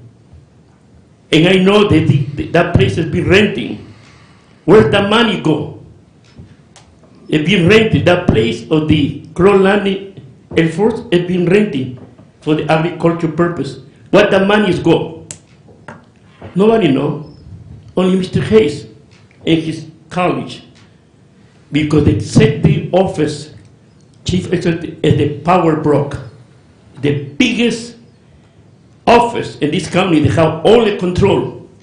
Every department had to bow to him, and he's the king to make the decision. Not the directors. It had to come first from him, and then the directors. That's a questioning. That's not structure. That's a king mandation. So he's the king to make the decision, and you guys come with approval. You are rubber stamp, really, to be honest with you. You are rubber stamp. And that's not good for a community. And then you pretend to come and make public comments? It's not public comment because you already decide what's going to happen. You're going to approve this plan. So it's a joke in regard to the democratic process. And not the democratic process, you already approve already. Mr. Chairman, in regard to the education, in regard to the jobs, quality is not done. It's zero. Thank you, sir. Thank you, Miguel. Just a couple quick things, if I could. Miguel, appreciate your input there. But for the record, of the $50 million that we are allocating for community infrastructure, in my math, I did really quicker. I think it's almost 39 million of it goes to districts 3, 4, and 5, which is Chance, Manny's, and mine.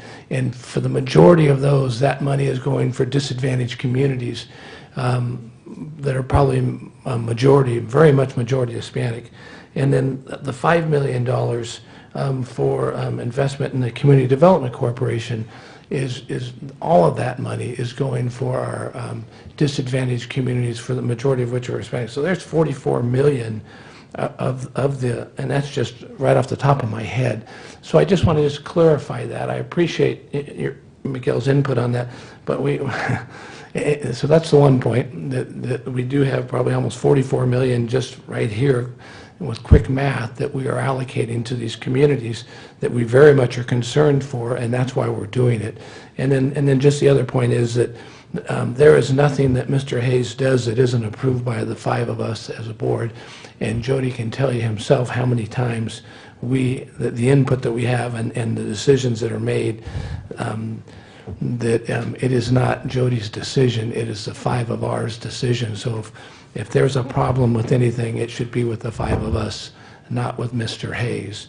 So anyway, just a couple points I wanted to clarify, and I appreciate Miguel's input there. Thank you, Terry. Okay, next. I'm sorry, Miguel, we have to move on to Ms. Arevalo. So Maria?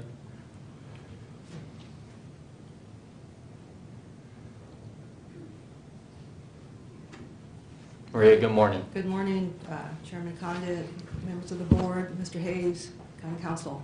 I think these are really exciting times that we actually have this kind of money to do some economic development, to do something significant for our community.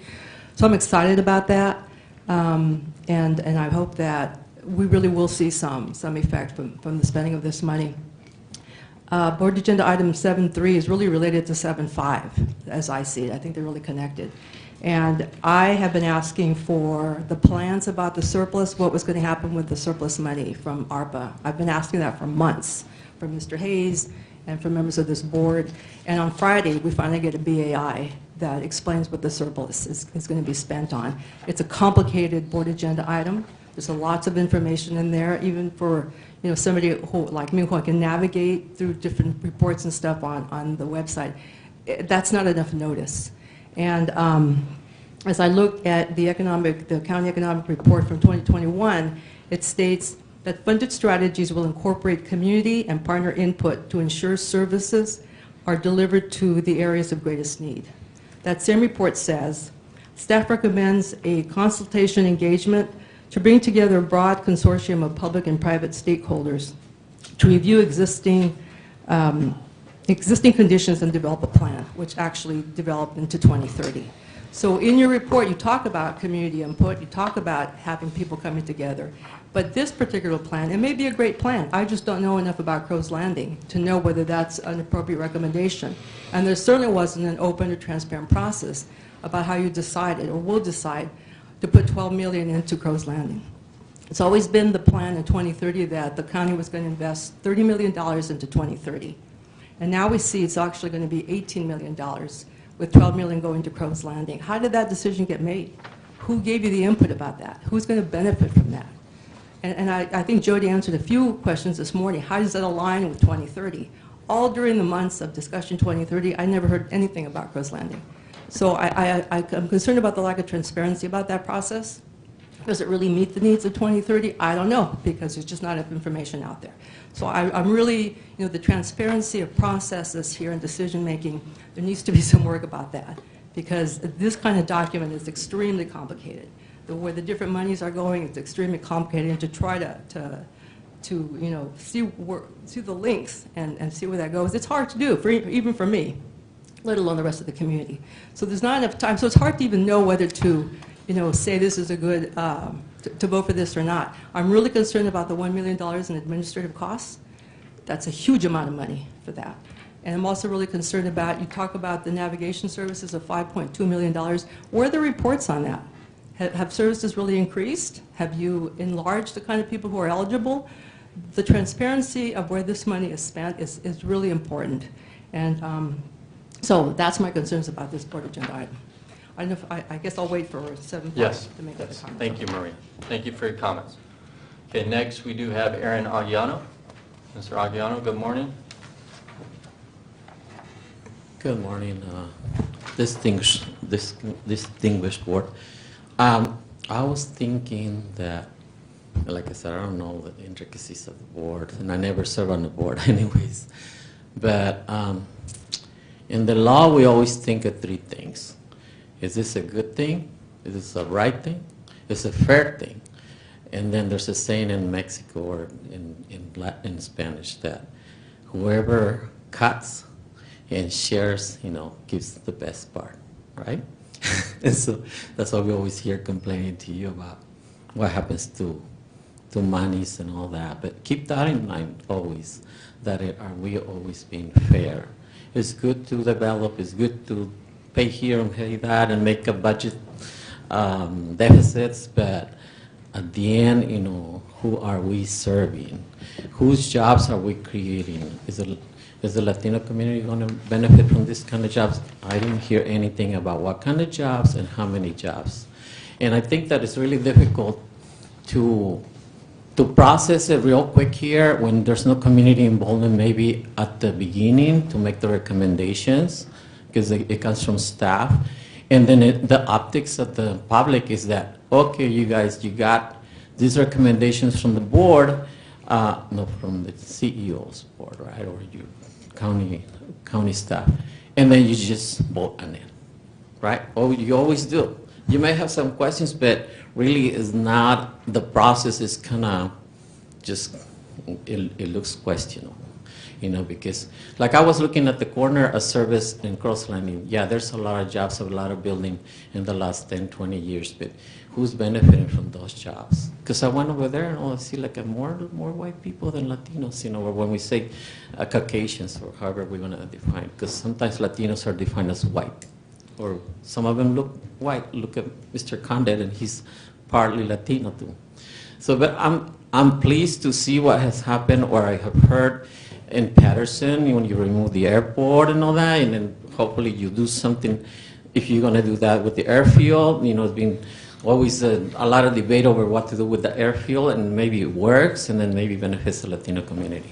But at the beginning, when I saw that you guys allocated 30 million here, 30 million for us, and 30 million for later, and then 10 for the cities, and then the Latino community, nothing, and then we started complaining, and then we got like 2 million given to some organizations, and I was seeing all the people dying and the Latino community working in the essential jobs, and I said, well, are we getting really the share part? And there's always been a question about it. So just always keep in mind that, please. Thank you. Thank you, Aaron. I appreciate your comments. All right, next, Mr. Paramo.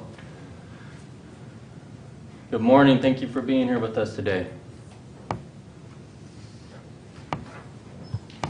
Good morning, Chairman Condit, members of the Board of Supervisors, CEO Hayes, County Council. Noé Paramo, resident of Modesto, and I'm also with California Rural Legal Assistance Foundation. We're a statewide nonprofit advocacy organization serving rural farm worker communities. And I was here on 7.4 and 7.5, the Farm Worker Resource Center items. But as I hear this discussion around 7.3, it's well connected to 7.5 and 7.4. This is the first time I've been here since the pandemic, and my comments have always been submitted by writing. When the pandemic hit, I asked the board for $30 million to form a task force on Latinos as they're being impacted by COVID-19. And since then, I've been regularly submitting comments. As you all will know, I think Chairman Condit, you're new to the board, but I've shared, and some of those comments have been made. And now, as we see these items here today, and particularly 7.3, that the amount of money in the ARPA is dwindling, and there's only so much left. $17 million was in a reserve, and now you're looking, I think, $10 million. I would tie a recommendation to 7.4 and 7.5 that these funds be specifically targeted for farm worker communities so that you can sustain the Farm Worker Resource Center and any investments in the 2030 plan that go to training and the other social services that are needed.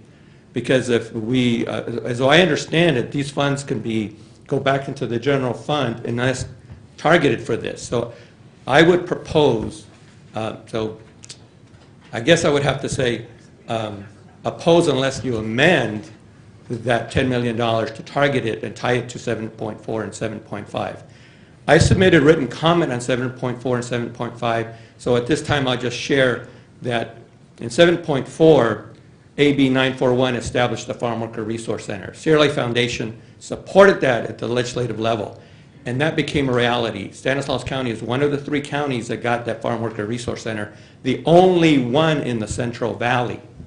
You're in a position to really make this successful. Working with CVOC and the CSA, I suggest that an advisory board be put together to provide oversight, effective, meaningful communication and transparency so that it really works. I think it's needed, and it mirrors what the state did when they formed a task force to oversee, implement, administer these grant programs. I would recommend, and it's in my comments, that happen.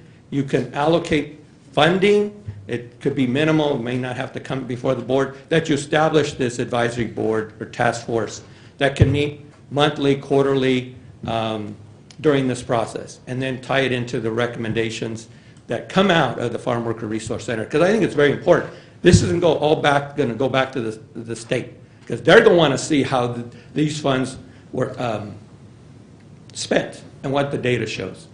So the last item on 7.5 is we know that 100 farm workers are going to be served by that $1 million. But in my comment, there are 24,100 farm workers in Stanislaus County. That means 24,000 farm workers are on the outside looking in.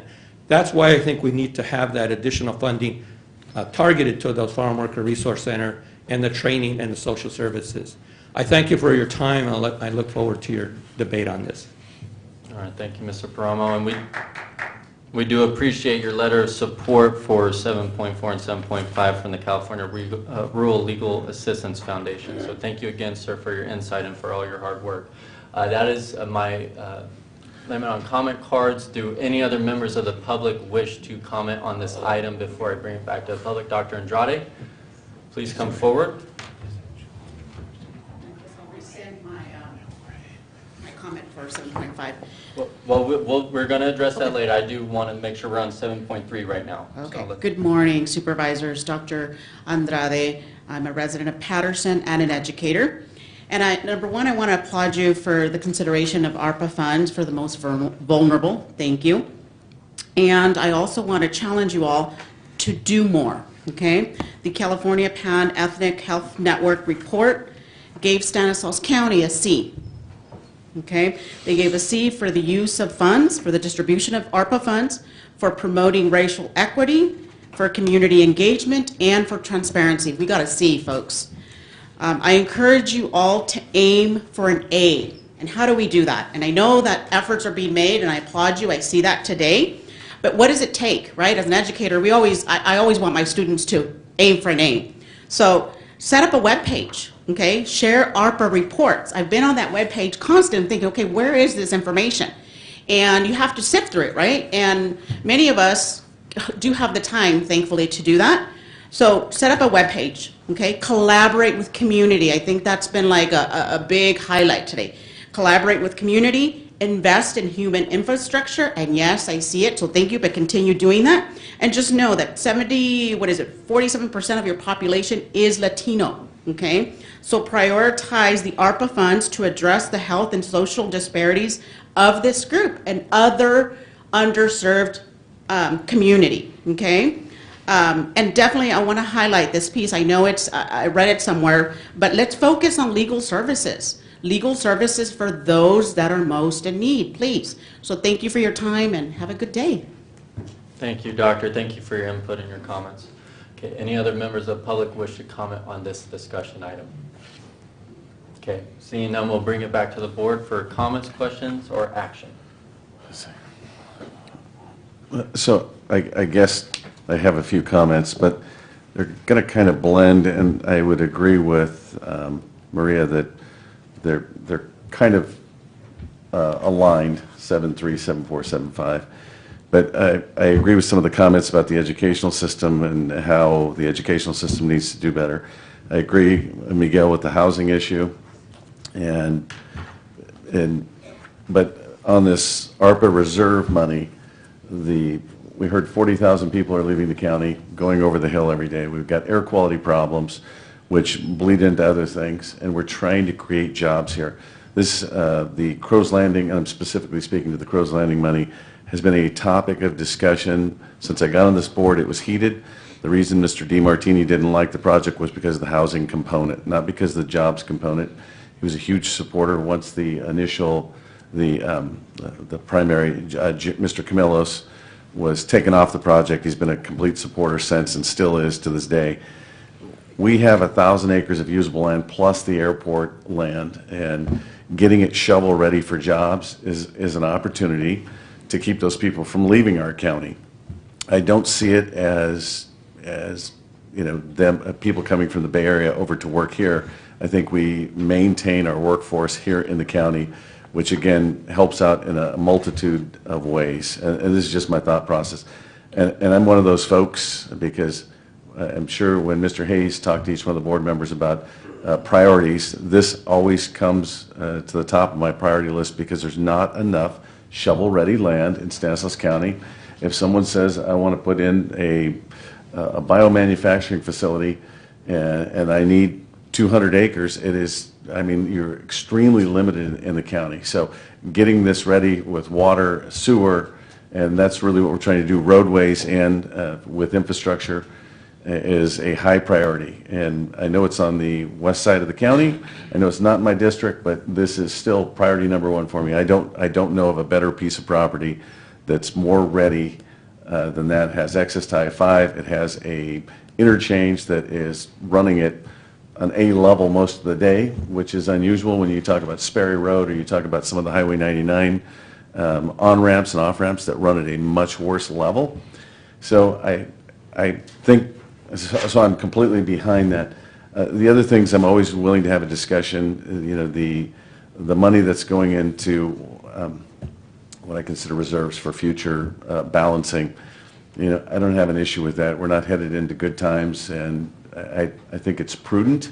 I do want to ask about, I think Maria had brought up about the $1 million that is set aside for what I consider overhead. Can someone just answer why that number was chosen or how we came to that? So we hired the position in August of 2021 and anticipate it's going to continue to support ARPA all the way until the end of the performance period, which is 2026. It's 5 years. Based on the experience of what we saw posting, it's the cost of the position plus a very small amount of overhead. $1 million was what calculated over the period of 5 years. That's just kind of the basic math behind that. Now, that position also captures all of the time that the office spends on administration. So everybody doesn't individually report. We believe we're probably spending a lot more time than that supporting the plan, but the position captures all of the time that the office spends. Did you want to say something? Yeah, just one other clarification. I think in addition to that, we do have some cost allocation plan charges that are just internal charges that anytime you have a budget unit that's functioning, writing checks, paying bills, all that, there are miscellaneous costs that are associated with that. We just kind of dumped them all into this particular bucket instead of charging them out to the different ARPA buckets. So that's part of this as well. Okay.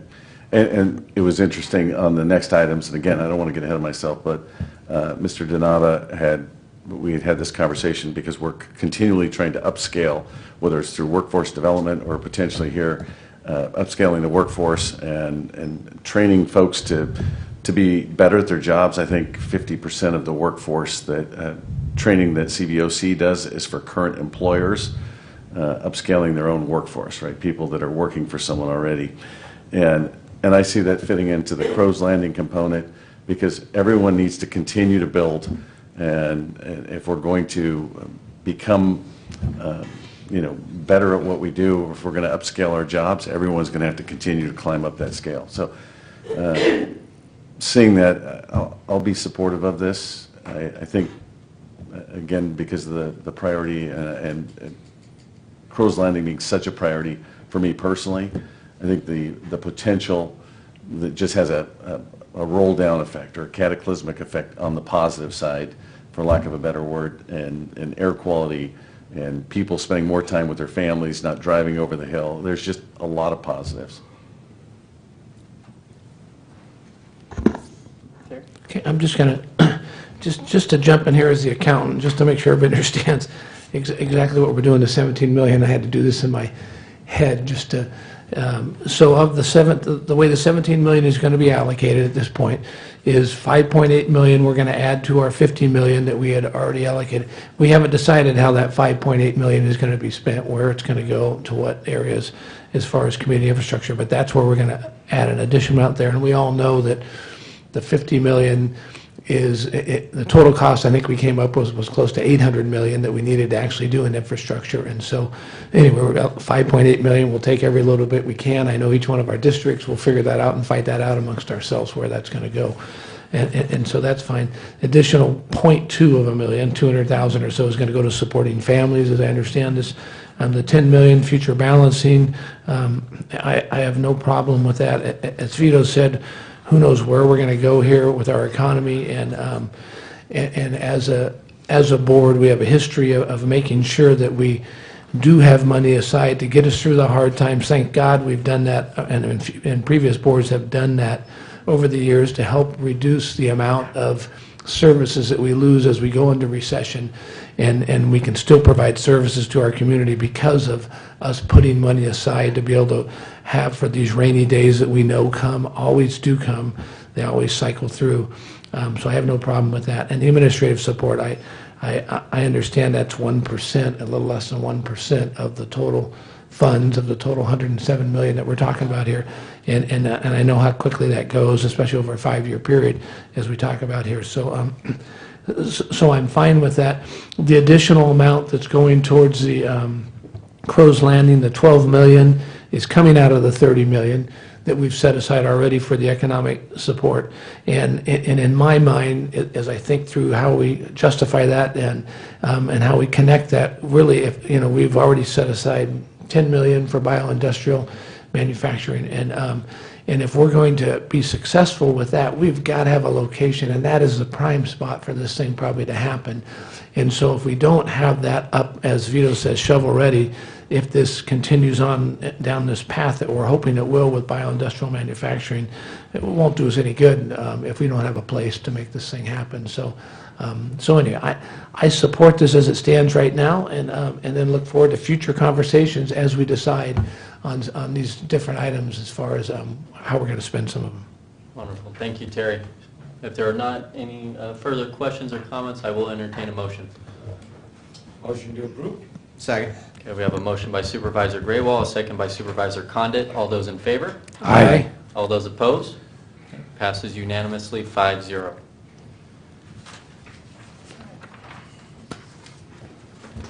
Now moving on to item 7.4, the approval of an agreement with the CVOC for Farm Worker Resource Center services. We have a PowerPoint presentation by Christine Huber and Jorge De Nava Jr. Good morning to you both.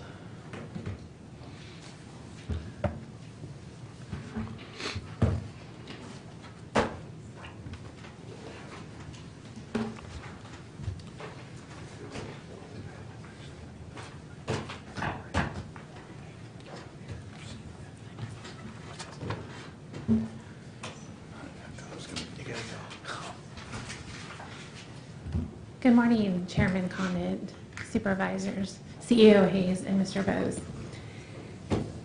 I am Christine Huber, the Director at the Community Services Agency, and I'm here today with Jorge De Nava, Jr. from the Central Valley Opportunity Center, who is our Executive Director. And we are here today to share an exciting opportunity to expand services for farm workers and their families through a Farm Worker Resource Center model. We are seeking your approval today to enter, for the county through CSA, to enter into a contract with the Central Valley Opportunity Center, or CVOC. But before we get to that point, just want to give you a little bit of an overview. On February 17th, 2021, Assemblymember Bennett from Ventura County area introduced AB 941 to support farm workers and their families. Ventura County had an already established Farm Worker Resource Center that was successful in supporting hardworking men and women who were essential in California's agricultural history. That FRC being the Farm Worker Resource Center, was successfully providing services to over 1,400 farm workers and their families. Assemblymember Bennett introduced this bill to expand the FRC concept and provide funding to other counties in the state. It eventually became a pilot program to fund 3 counties in California. On September 22nd, 2021, Governor Newsom signed into law AB 941, which established this Farm Worker Resource Center grant program, and the notice of funding availability was released on November 12th, 2022. On December 20th, 2022, you adopted a resolution authorizing the Community Service Agency to apply for the Farm Worker Resource Grant from the California Department of Community Services and Development. The grant period was to, if it were to be awarded, was through June 30th, 2024. So approximately 18 months. And then also there would just be 3 granted areas in the state that would be awarded because this was a pilot program. In addition, the total amount of the grant was a little bit over $1 million. The state was providing 75% of the cost, and the county was to provide a 25% local match of approximately $208,000. The state was broken up into certain regions. There were certain qualifications to, first of all, qualify to receive the grant, and then they broke the state up into 2 regions. You'll see the pink purplish area is the Central Valley in Northern California, and the green region 2 is the coastal and Southern California areas. Stanislaus was notified on January 12, 2023, that we were awarded the grant for Region 1. The other awardees were Monterey and Santa Barbara counties. On February 28, 2023, the Stanislaus Board of Supervisors approved CSA to sign and execute a grant agreement with the California Department of Community Services and Development from February 15, 2023 through May 15, 2024. You also authorized the use of the county's American Rescue Plan Act funding in the economic development and job creation category for that local 25% match. The contract period with CVOC will be from April 1st, 2023 through May 15th, 2024.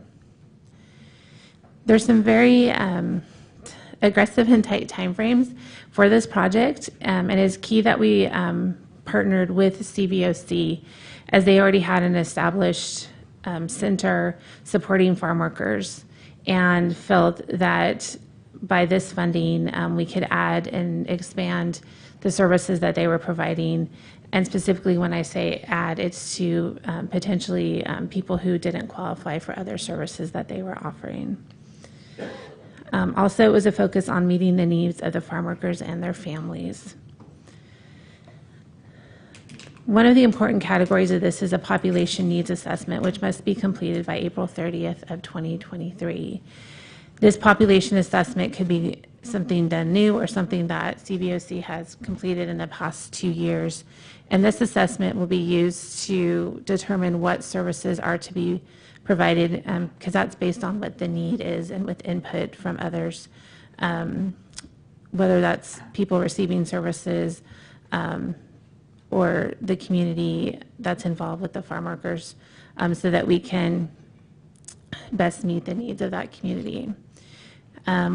We are also required to create a database to track referrals, local trends, and outcomes. Programs are to be offered during non-traditional hours, so evenings and weekends when people are not working. In addition, the FRC must be operating and providing the services for this grant by July 15th of 2023, so just, what is that, 3-4 months? And again, the contract will go through May of 2024. It is also important to note that it's a requirement that services be provided in language, the top 2 languages that are spoken by farm workers.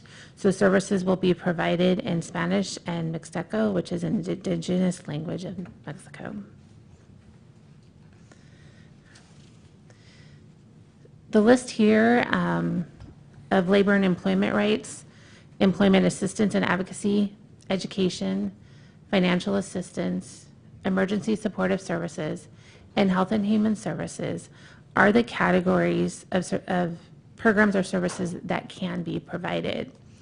Again, the population needs assessment will help us to determine which of the services are needed and for us to focus the services, specifically on what our community needs. With that, I will turn this over to Jorge to share more about CVOC and this new partnership. Thank you, Director Huber. Good morning, Chairman Condit, Supervisors, CEO Hayes stepped up, but good morning to him, County Council, as well as Stanislaus County staff. My name is Jorge de Nava. I'm the Executive Director at Central Valley Opportunity Center, and happy to be here today. Let's see if we get the clicker going.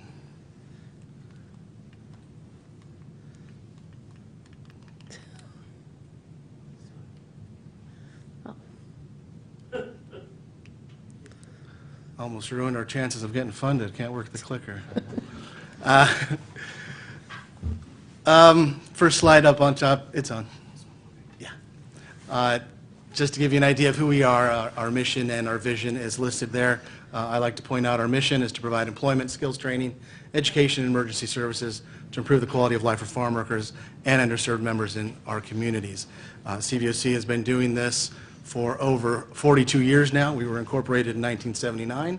We are a 501c3 nonprofit organization serving most of the Central Valley and going up into the foothills as well. Most of our funding revolves around core services that are listed on this slide. Again, this is what CVOC historically has done in our community, which would be integrated into the Farm Worker Resource Center that we're discussing today. We focus on vocational training, direct job placement, job search assistance, on-the-job training support services, and education services. Vocational training. CVOC operates its own vocational training schools that are certified by the state of California and the Bureau of Private Post-Secondary Education. We focus on 5 core training programs, the first one being welding and industrial maintenance. Each one of our vocational training programs ends in a state or industry recognized certification. The welding and industrial maintenance course is one of our 2 most popular courses, and this graduates from this course receive an American Welding Society certification. The next one that we highlight is the professional truck driver, or the Class A license. The Class A being the state recognized certification. This is a 4.5-week training. This is our currently most popular training course and our highest rated as far as completion rates at 98% and placement rates hovering around 85% for this program. In addition to the truck driver Class A, we incorporate forklift certification as well. So you get 2 certifications from this 4.5-week course. The next one is general business occupations. Terrible name, but basically what it is a Microsoft Office certification course. Again, the Microsoft certification being the industry recognized certification. Solar panel installation, that's just a fancy name, photovoltaic design and installer. It is a solar installer program. Graduates here will receive an OSHA 10 certification through 210 hours of training as well, with 75% being hands-on, meaning we have our students up on roofs and running electrical within a week. General cooking occupations, we operate this program on a cafeteria model, with the state certification being the California Food Handler certification called ServSafe. And then we incorporate into our vocational training programs, if needed, remedial education or high school equivalency preparation, so that our students that are in need of a high school diploma can concurrently take a vocational training course while studying for their high school equivalency, or they can do an intense high school equivalency before the vocational training program, and we use the HiSET and GED preparation model. One of our success stories here that we like to point out, this is Rocio, which is a general business occupations graduate through the Microsoft Office certification course. The vocational education is one aspect of what we do. It is kind of the catalyst to get to this point, which for CVOC is the most important part of our work. Each one of our programs ends in one thing and one thing only, and that is a job. More so these days, we like to focus on careers, though. So every one of our students or participants will go through a job search assistance workshop that we have developed internally. This workshop is done in English and translated into Spanish as needed. CVOC does have one particular office here in Ceres that 9 languages are spoken. We have our offices in Modesto where we have more than 2 languages spoken as well. One of the other areas that CVOC focuses on is energy programs. We offer, through state contracts, water assistance, utility assistance support, water assistance support, home weatherization support. We have 2 particular grants for home weatherization, one for low-income residents of Stanislaus County and one for farm workers in Stanislaus County. And what we're able to do is to go into those homes, weatherize them so that those renters or owners can save money on their energy bills. We also do education and outreach towards energy conservation as well. These programs are existing programs that CVOC operates already. They are already funded by the state. They would be incorporated and leveraged by the Farm Worker Resource Center that we're discussing in 7.4. Outreach. How do we get out to the community? CVOC has a mobile office. We call our mobile unit on wheels. It is wired with Wi-Fi, fax, laptops. We're able to teach classes here in rural communities. During COVID, this vehicle was very instrumental. We would take it out into rural communities where broadband was not very strong or non-existent, and we would leave our mobile unit out there for those communities to access Wi-Fi. We've also been using this during the current floods in Merced County and in Stanislaus County, out in Planada and the Newman area. This is one of the tools that we would use for the after hours and the mobility portion of the Farm Worker Resource Center grant. Another outreach tool that we use is CVOC self-funds, would not come from the funds of the FRC. CVOC has a reward program for the community members that refer participants to CVOC. We give them $100. The third strong outreach aspect that we have, which unfortunately we didn't get a slide in, but it is our Cuadrilla project. Cuadrilla means crew. We are starting this up in 2 weeks, April 14th. CVOC selects a work crew to be the winner for the week, in quotation marks. We then go out to their work area in the fields 3 days a week, and we provide food, carne asada burritos, soda. We have a corporate sponsorship that supports us with beverages, and we go out into the fields with the food being the reward for winning that week. At the same time, my staff floods those work crews with information on resources available in the community, not just for CVOC, but resources available, everything from healthcare to childcare, as well as workforce development services. It's a very successful method that we use, the Cuadrilla project. The farm worker community, the #1 outreach method is word of mouth. One person tells their neighbor, that neighbor tells 5, those 5 people tell a relative, and so on and so forth. That's a focus of how we reach our farm workers. That's another success story. Ramon is a GED graduate with us a few years back. Some of the other aspects that CVOC focuses on, workforce development, energy programs. High school prep can get a little boring for some, so we integrate some community education projects. CVOC for the last 35 years has had a scholarship program that is, again, self-funded. This is just about who we are. This would not come out of FRC funds. CVOC distributes annually 18 scholarships at $1,500 each to graduating high school seniors throughout the Central Valley. I know Supervisor Chiesa, you were our keynote speaker a few years back, so we're looking to get back in person for this event this coming May. We also host some things that CVOC does not focus on. So we leverage our community partnerships and our stakeholders to provide those presentations around the area of mental health, nutrition, financial planning, et cetera.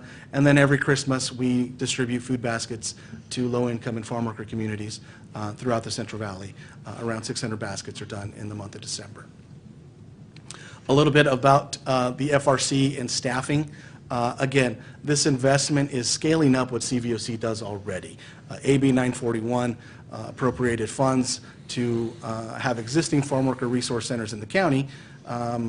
CVOC, we feel we've had these resource centers for decades now, so the investment is really scaling up what we're doing already. This is how we're going to do it. Won't bore you by going through all of them, but we're looking at about 7 to 8 FTEs that would be brought on board to support the expansion. Some of the collaborative partnerships, just to highlight, obviously workforce development is a huge partner for CVOC and for farm workers in general. Behavioral health and recovery services, HSA, we left off CSA, Director Huber, but in addition, Center for Human Services would be another partner for us. And these would be the locations. If funded today, the Stanislaus County Farm Worker Resource Center locations would be here, one in downtown Modesto, and the other would be in Patterson, just off the circle on 3rd Street. And then other information to learn a little bit more about CVOC is located on the slide. What would the FRC do? This is the $1 million question. Objective number 1, obviously, we would want to recruit and commit to 675 eligible participants. Marketing and target group information, Director Huber talked about the needs assessment. CVOC contracts with the state and CSD already on other projects, so we do needs assessment surveys and every 2 years already, so we have one already at hand, and we're in the process of refreshing that right now. Objective 3, obviously the FRC would focus on education and employment preparation services, and lastly, Objective 4, supportive services or wraparound services for whole family care. Proposed outcomes, obviously building up what CVOC does already, but creating long-lasting relationships with farm workers to foster trust, demonstrate commitment, multifaceted outreach for the delivery of services and the delivery of information as well. One of the big focus of the funding agency, CSD, from the state is a warm handoff for services that CVOC may not provide. Instead of just giving a piece of paper and referral, call this number, go to this address, it would be a warm handoff. So we actually envision inviting partners to the farm worker resource centers to deliver services on hand to give that warm handoff for our participants. And lastly, we've talked about this already, but to give farm workers a voice in what this FRC would look like. So we have 2 recommendations for you today. The first one is to approve an agreement with Central Valley Opportunity Center for Farm Worker Resource Centers for the period of April 1st, 2023 through May 15th, 2024, in the amount of $1,041,250. And the second is to authorize the Community Service Agency Director or her designee to sign the agreement and any amendments to this agreement within budget authority for the term of this agreement. Thank you. Comments or questions? Okay. I do just have a couple of questions and maybe a few comments, and I do want to preface by saying we do have support letters for this item from the City of Ceres, the California Rural Legal Assistance Foundation, and the West Modesto Community Collaborative, so we do appreciate their interest on this item and their support. Regarding the database, I assume that will be shared with the board on a currently basis regarding the tracking and the success rate of this program. Yeah, CVOC has a built-in tracking system already. Transparency is common for us. We are already federally and state funded, so we go through single audits, federal single audits every year. Our reporting system is built to bring reports out customized to whatever this board requests or CSA requests. Access can be given to Director Huber and her team as well, and be happy to report out as needed. we will be getting quarterly reports from CVOC, and we will be submitting those to the state, so we can share that information at any time. Okay, great, and we look forward to those submissions as well. I do want to just touch on legal services, because I know that is going to be a topic conversation for those out in the public. And I just want, I guess, to get clarification that there is room for collaboration with, for instance, the foundation that is here present today regarding that matter if need be. And again, it is needs-based is my understanding. So I just want to get clarification because I know we're probably going to have some comments regarding that matter specifically.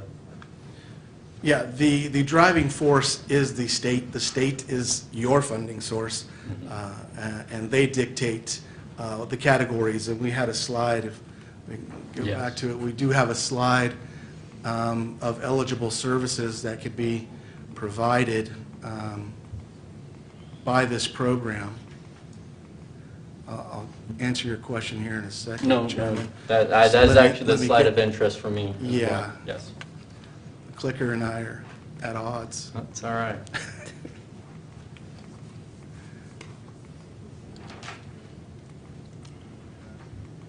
There we go. So these are the categories that the state has designated that services could be delivered from. The second part, as you can see, Chairman, it is listed there. Yes. The second part is our needs assessment. The community will decide really what ultimately is delivered. And when I say community, I mean the farm worker community. Yes. That's who this resource center is for. Absolutely. Well, Mr. Denama, I want to applaud you. I want to applaud your organization. You guys do incredible work for our community and for our underserved. I do want to say that the sad truth about progress is that, unfortunately, it is slow and it is long overdue. But I want our community members to see this as a step forward in the right direction and as a building block for progress in the future. And is it perfect? No. But again, nothing is and none of us are. But it is something, and it is historic.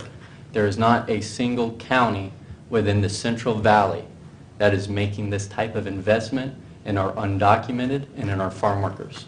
And that is really who we're after in serving with this endeavor. So again, Mr. Denava, I wholeheartedly support this, and I wish you nothing but success. And I look forward to working with you and keeping updated on those numbers as they come forward and are made available. So any more comments or questions before we open it to the public? One question on the 1101 H Street, that's where the Smart and Final is? Is it? Yes, 1801 H. 1801, yeah, I'm sorry. I know I Lincoln pulled it. Schools Shopping Center. Lincoln Schools. And is there already an existing business in there? We have two offices. You in do there have already. an office there. I didn't know that. Okay. And because I was thinking about location, obviously Patterson is a great location, but I can't come up with another perfect location on the east side other than Modesto or Ceres. So anyways, thank you. Seeing no further questions or comments, I will open it up to the public. I do have some comment cards here. The first speaker is Mr. Paramo. Mr. Paramo, welcome back. Thank you, Chairman Condit, members, COAs, the County Council, Noe Paramo, back again. I made this comment at 7.3's discussion, and I'll reiterate it again today now, and that's around the Farm Worker Resource Center. And one of the recommendations I added in our support letter is to amend it to include the development of an advisory stakeholder task force. Now, we understand the mechanisms that CVOC has in place. We also understand CSA's mechanisms. So those are the two grantees that the county has that's going to do it. So we need to have a mechanism in place that will model what the state did when they brought together diverse stakeholders to have transparency and communication when the grant was distributed and then the awards were made. And as Mr. Denava knows, he was part of that process, and they had that. We need to have a similar process here so we can have transparency and accountability in putting this back. So no, as needs assessments get done, as surveys get done, as the data gets developed, that committee can be in place to be able to oversee, provide guidance and recommendations. We know those quarterly reports in place. They can parallel or mirror that process. The cost shouldn't be that much. The board can augment it to this process so that it really works well, because ultimately we want to see this be successful and replicated, and the state then invests more money in our county to address the farm workers that I cited earlier are on the outside looking in. There's surveys being done that in this county. John Mataka did a survey that Sierra Foundation helped fund about a year ago during the pandemic that looked at what were the needs and challenges on the west side, and they came out as food, utilities, housing. So those same things are going to matriculate up, as well as the legal assistance, legal services side that's listed there on the legislation, that hopefully we can target here a meaningful and effective program. So thank you very much, and good luck with it. Thank you. Okay, I look forward to working with you all. Thank you. Thank you. Thank you for your comments. All right, next speaker on this item is Mr. John X. Mataka.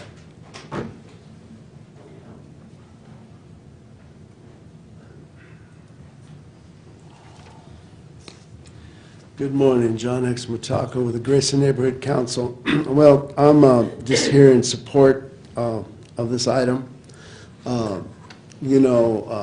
Farm workers, both documented and undocumented, I want to make sure I say that, in our community, in the county as a whole, have been overlooked for a long, long time.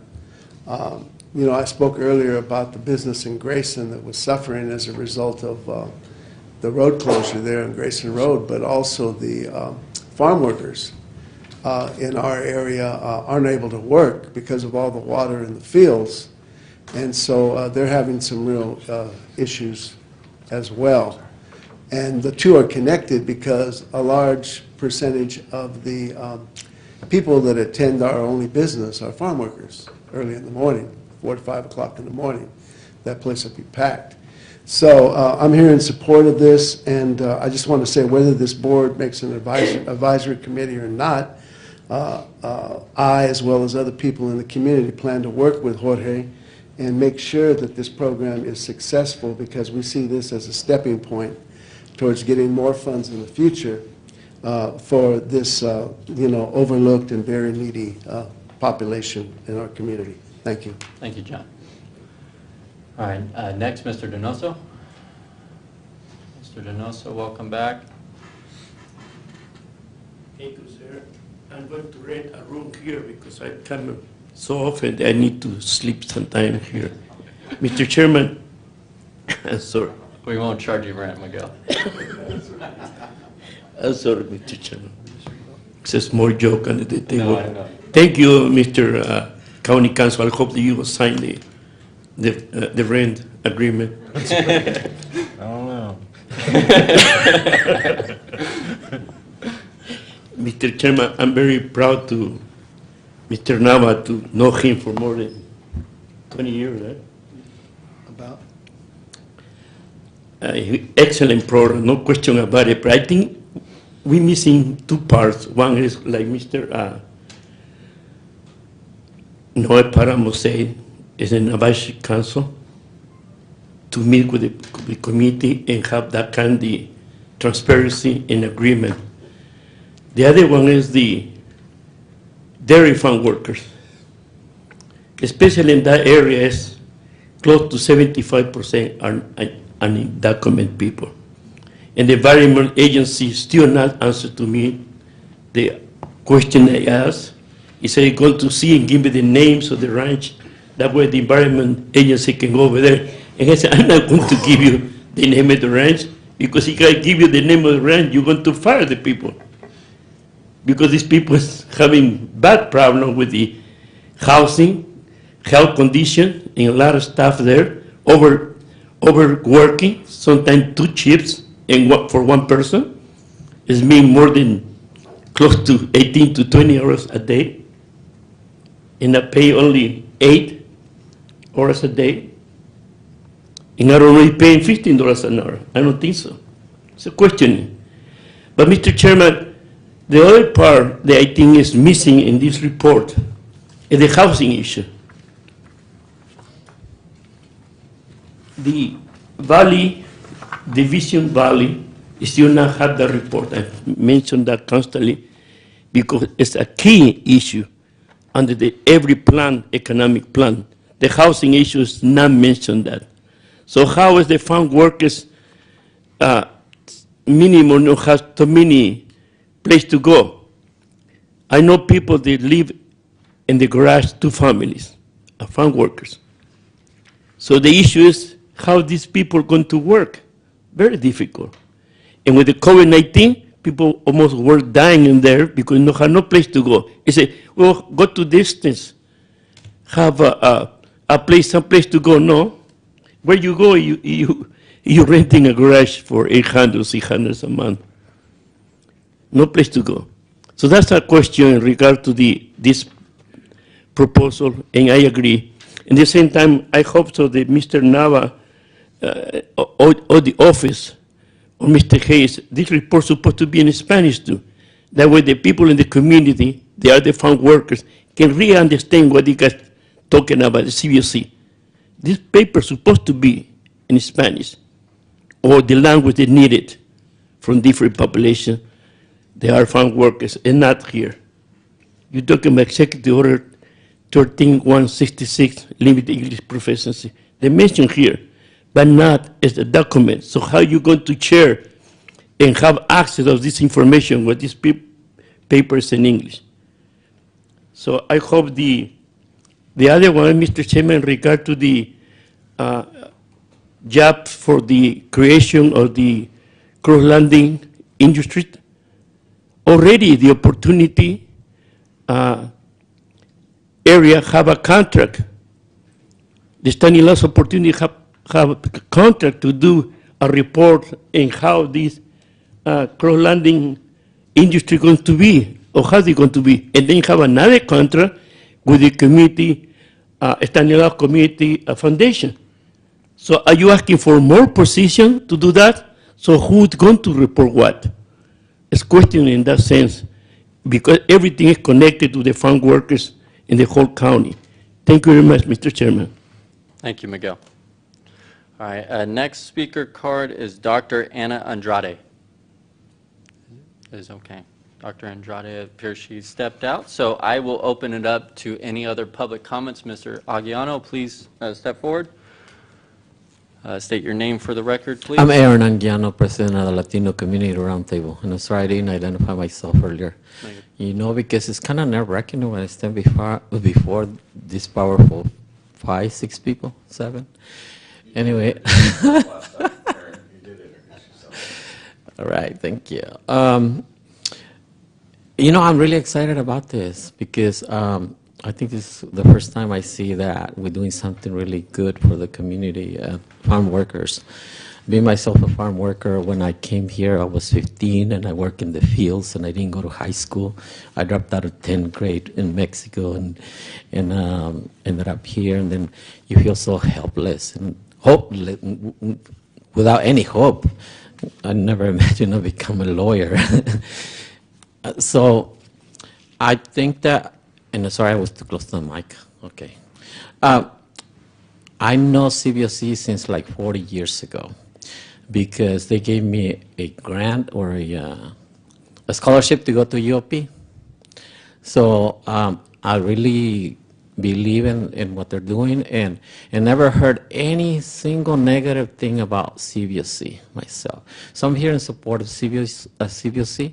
In fact, yesterday I had lunch with Rodrigo Espinosa, County Board of Supervisors in Merced County. And he told me CBOC got him his GED. Can you believe that? He's sitting on the Board of Supervisors in Merced County. So, and all the services that you're going to provide, they're great. And I just have a question about, like, are you going to be able to provide services around the county? You had the mobile unit, but I'm not sure if that's enough or you're going to get another one. Because I think that we need services like in Riverbank and then like Houston, or the Houston people can come to Ceres. And definitely we need services in Patterson for people from Newman, because we even have family in Newman, and can you believe they won't visit us because their gas is so expensive to come back and forth. So I appreciate your collaboration, and when I was thinking, are they going to collaborate with other agencies like the workforce development? And that'd be really great because they also help with GEDs and education. So yeah, I think you have a good plan. Thank you. Thank you, Aaron. All right, any other members of the public wish to comment? Ms. Mejia, please come forward. Good to see you.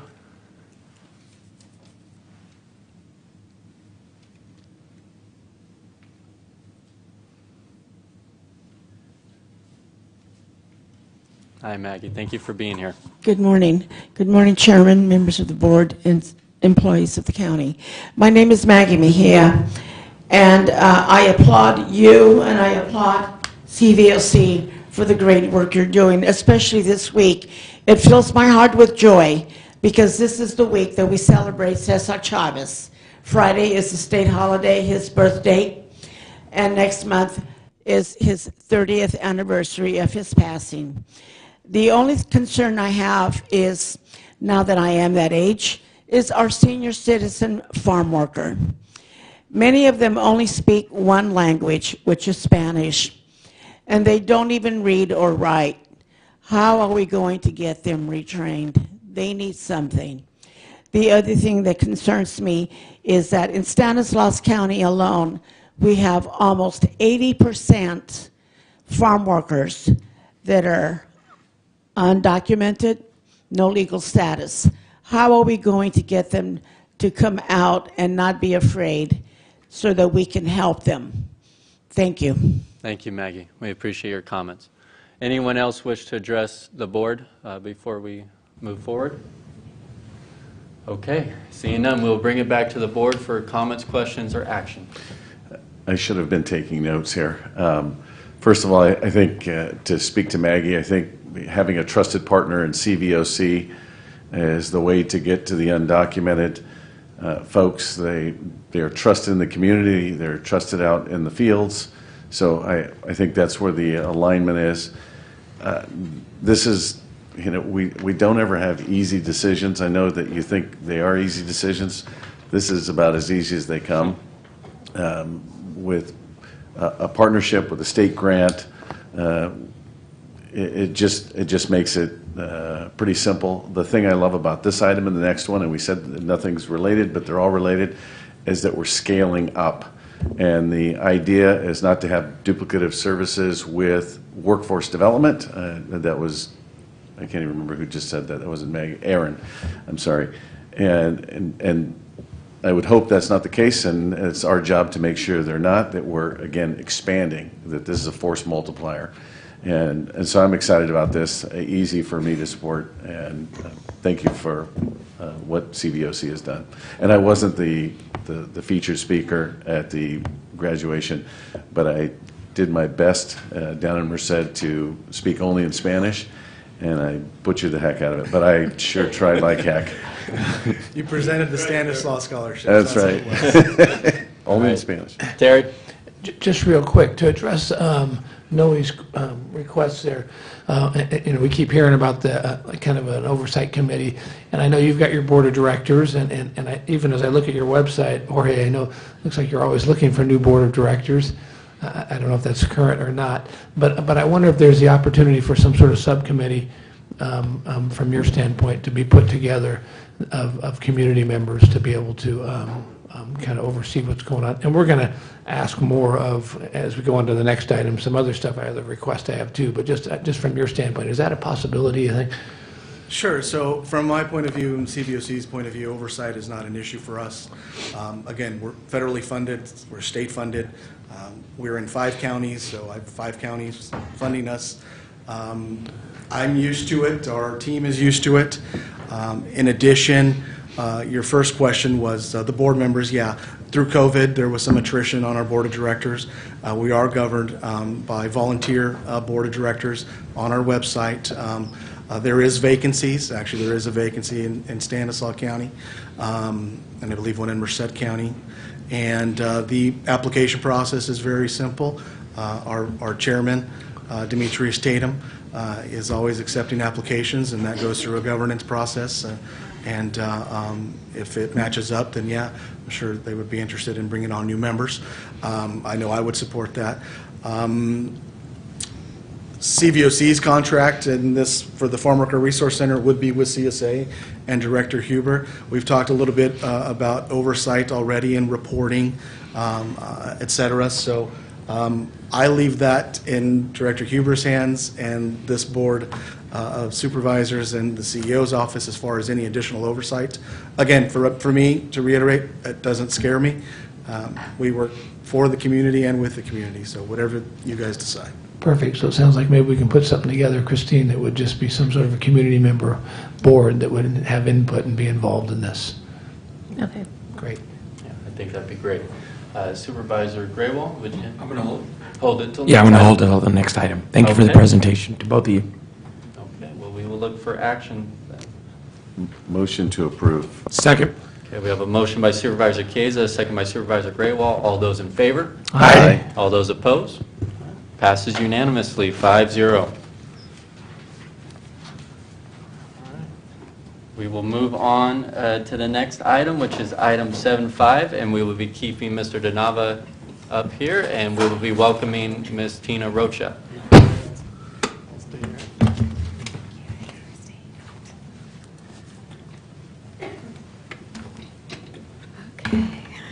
Good morning.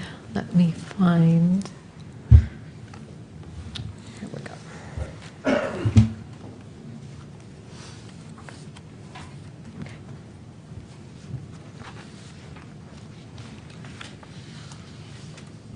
There we go. All right. Good morning, board, public.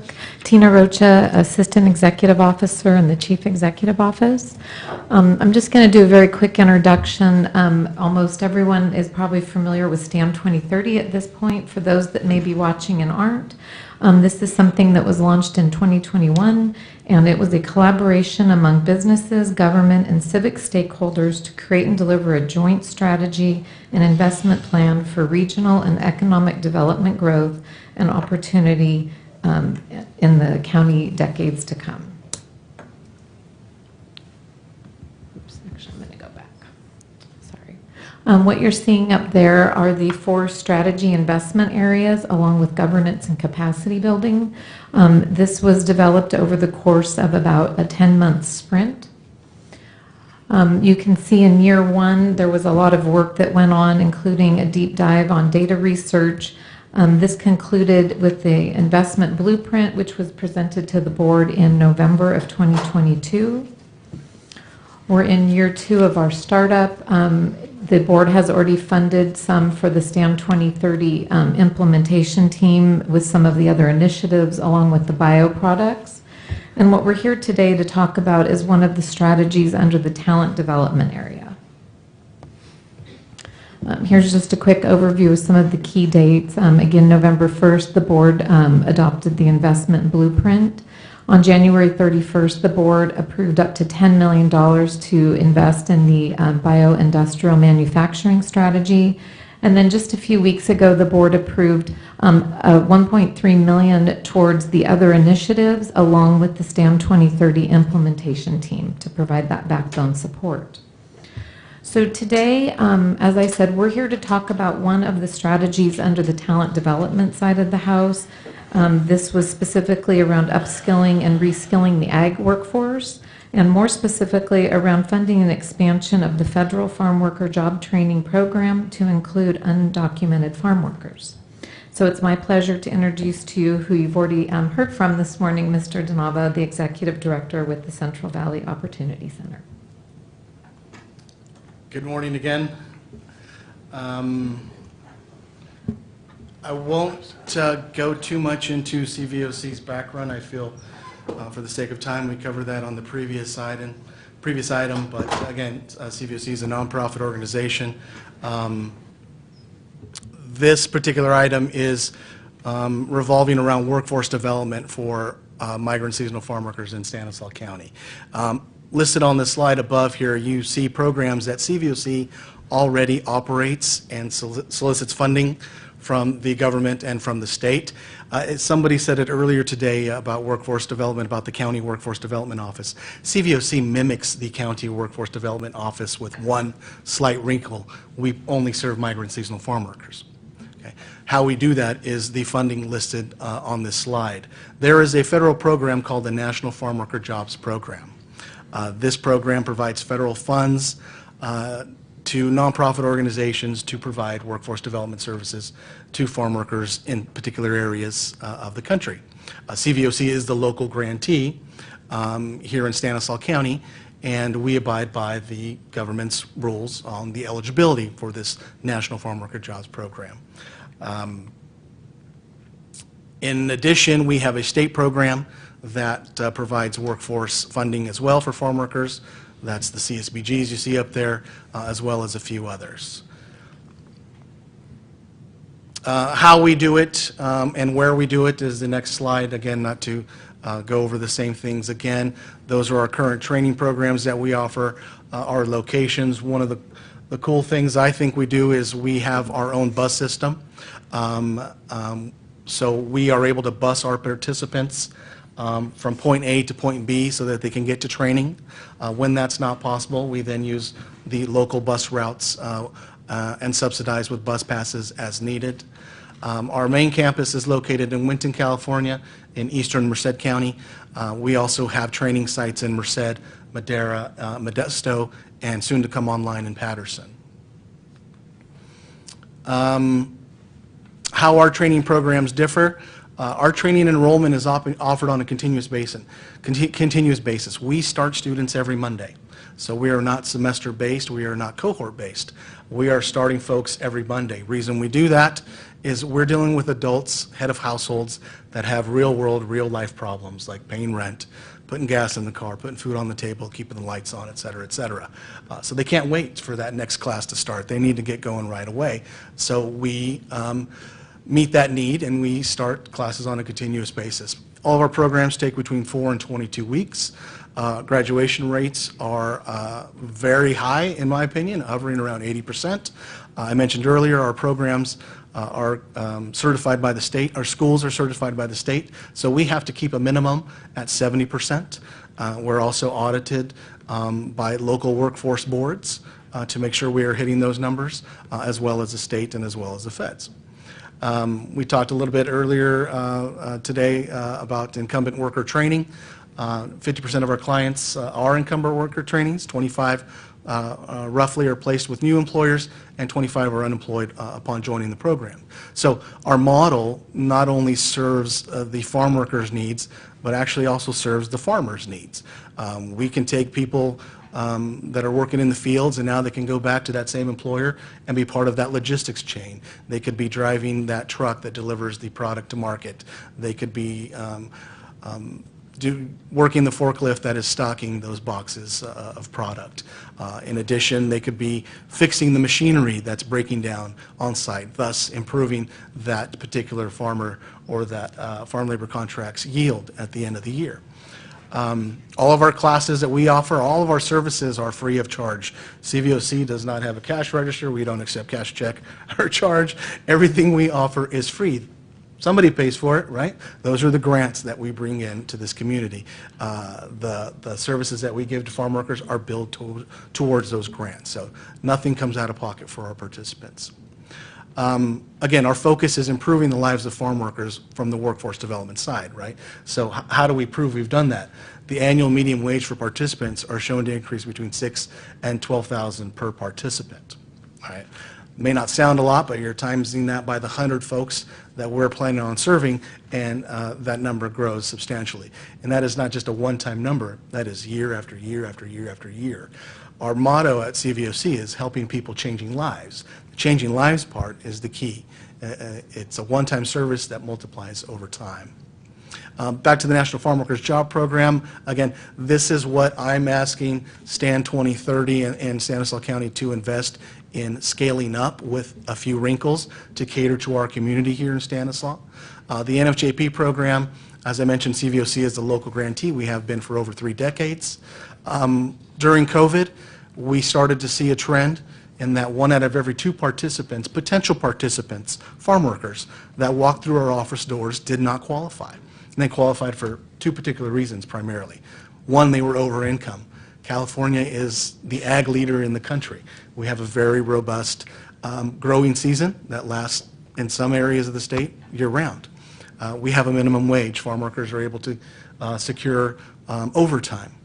They're also able to access UI, and I'll preface that by saying most farm workers are able to access these things.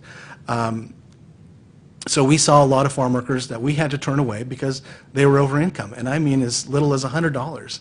Imagine turning away a farm worker who gathered up the courage to walk through your doors and ask for help, and you turn them away because they made $100 too much. Okay? So we started tracking it. 1 out of every 2 did not qualify for our services and were sent away with what we could give them at that time. In addition, we started to see an influx of data come across my desk with the information about an increase in undocumented farm workers in our area. You've heard a lot of stats today about undocumented and the numbers. It's not an exact number. You know, I would say, in my professional opinion, you have anywhere between 15 and 30,000 farm workers in Stanislaus County at its peak. And I would go with the state's designation that roughly 63% of those are undocumented. So you're looking at 6 out of 10 are undocumented. So they are here. They are part of this community. Those were folks that we were turning away. Again, the NFJP is a federal program. We can't use federal funds to help those that are undocumented. So we started tracking all this data, and the numbers just got out of hand.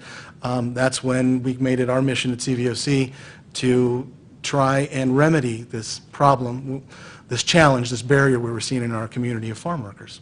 STAN 2030 came around, and I thought that was a perfect opportunity to align with the vision of 2030, which in my opinion, and I think it's written, I don't know the exact, don't quote me, but it's to create a resilient economy for all to access, including the underserved. That's when I said this is a perfect opportunity. If it's ever going to happen, it's going to happen at this time and at this point in juncture.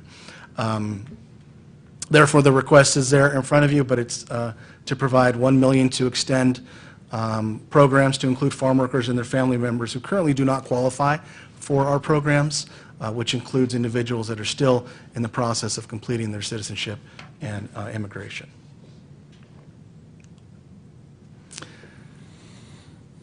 That's the ask. Here's the outcomes. This is the bang for the buck. Here's your ROI. CVOC estimates 100 additional clients would be served over the next 2 years. The goal is to increase their annual wages between $6,000 and $12,000 per client. Right? Total annual ongoing net impact is between $600,000 to $1.2 million. Obviously, we are transparent and we have a reporting system. We would report back quarterly. We would share that information with the CEO's office, and any additional information that would be requested, we would be fully transparent with the investment. Again, not to go back to what we talked about earlier, but CVOC, we're used to this. We go through federal audits, state audits. We got an audit coming up on May 1st, or excuse me, May 8th. We have another audit, actually they're still here, from the Workforce Development Office on April 17th for our CalWorks program. So we're used to it. We're happy to report back quarterly and over time, because this would be a 2-year program. Okay, thank you. Okay, I'll take it back over just for the last couple slides. So the fiscal impact, what the request is to allocate up $1 million in the ARPA funding to support the expansion of the National Farm Worker Jobs Program at CVOC. And of that, $125,000 would be budgeted in the current fiscal year, and then the remaining would be in budget year 2024.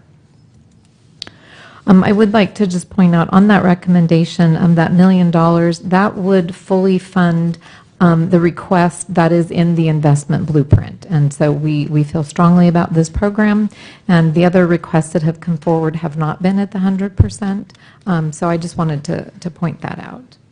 So the 3 staff recommendations we have are first to approve the $1 million investment. Second would be to authorize the Director of Workforce Development to negotiate and execute a 2-year agreement with CVOC in an amount of not to exceed $1 million for the workforce development programs. And then also third, to direct the auditor controller to increase the appropriations and estimated revenue by $125,000 in the ARPA budget and in the workforce development program services budget unit. So, and with that, that is the presentation. Okay, thank you both. Do any board members have any questions or comments? Buck? Yeah. Jorge, you were talking about the bus system.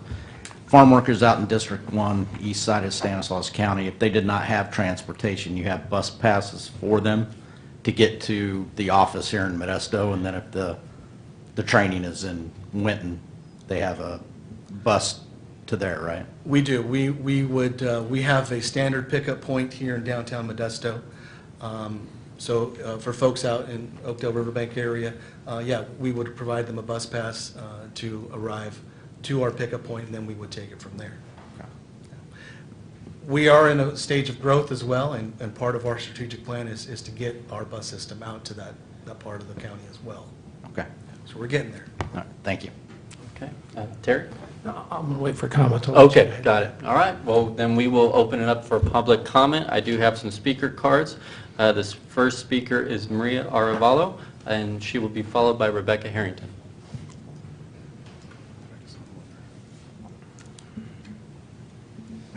Good morning again, members of the board and chairman. I think we've already had a lot of comments from Jorge about this program and the benefits that this program would bring. It's been in the STAN 2030 proposals since way early on, so I think that the team who put together STAN 2030 understand that this program, this STAN 2030, is not going to be successful unless it really benefits everybody, including agricultural business interests and the workers who make that economy successful. So I'm happy to see that it's here for a possible early approval as opposed to waiting down the road to approve this program. I want to echo some of Supervisor Withrow's comments from a couple meetings ago when he talked about transparency, about knowing where this money is going, having reports about where this money is being spent and the outcomes of that. I think that's super important, and I'm really happy to hear some willingness here to do a committee, an advisory committee from the community. I think that would be extremely important for this process. So I think that this is historic. I'm so happy to see this board addressing the needs of undocumented farm workers. As you know, 60–80% are undocumented. They pay their taxes like everybody else. And so I fully urge everybody on this board to vote in favor of this measure. Thank you. Thank you, Maria. Thank you. All right, Ms. Harrington?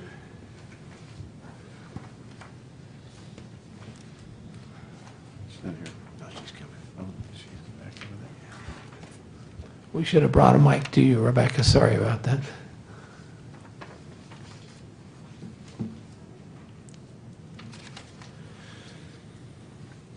And Rebecca will be followed by John X. Mataka. Rebecca, good morning. Thank you for being here. Well, I guess it's close to good afternoon, but still good morning.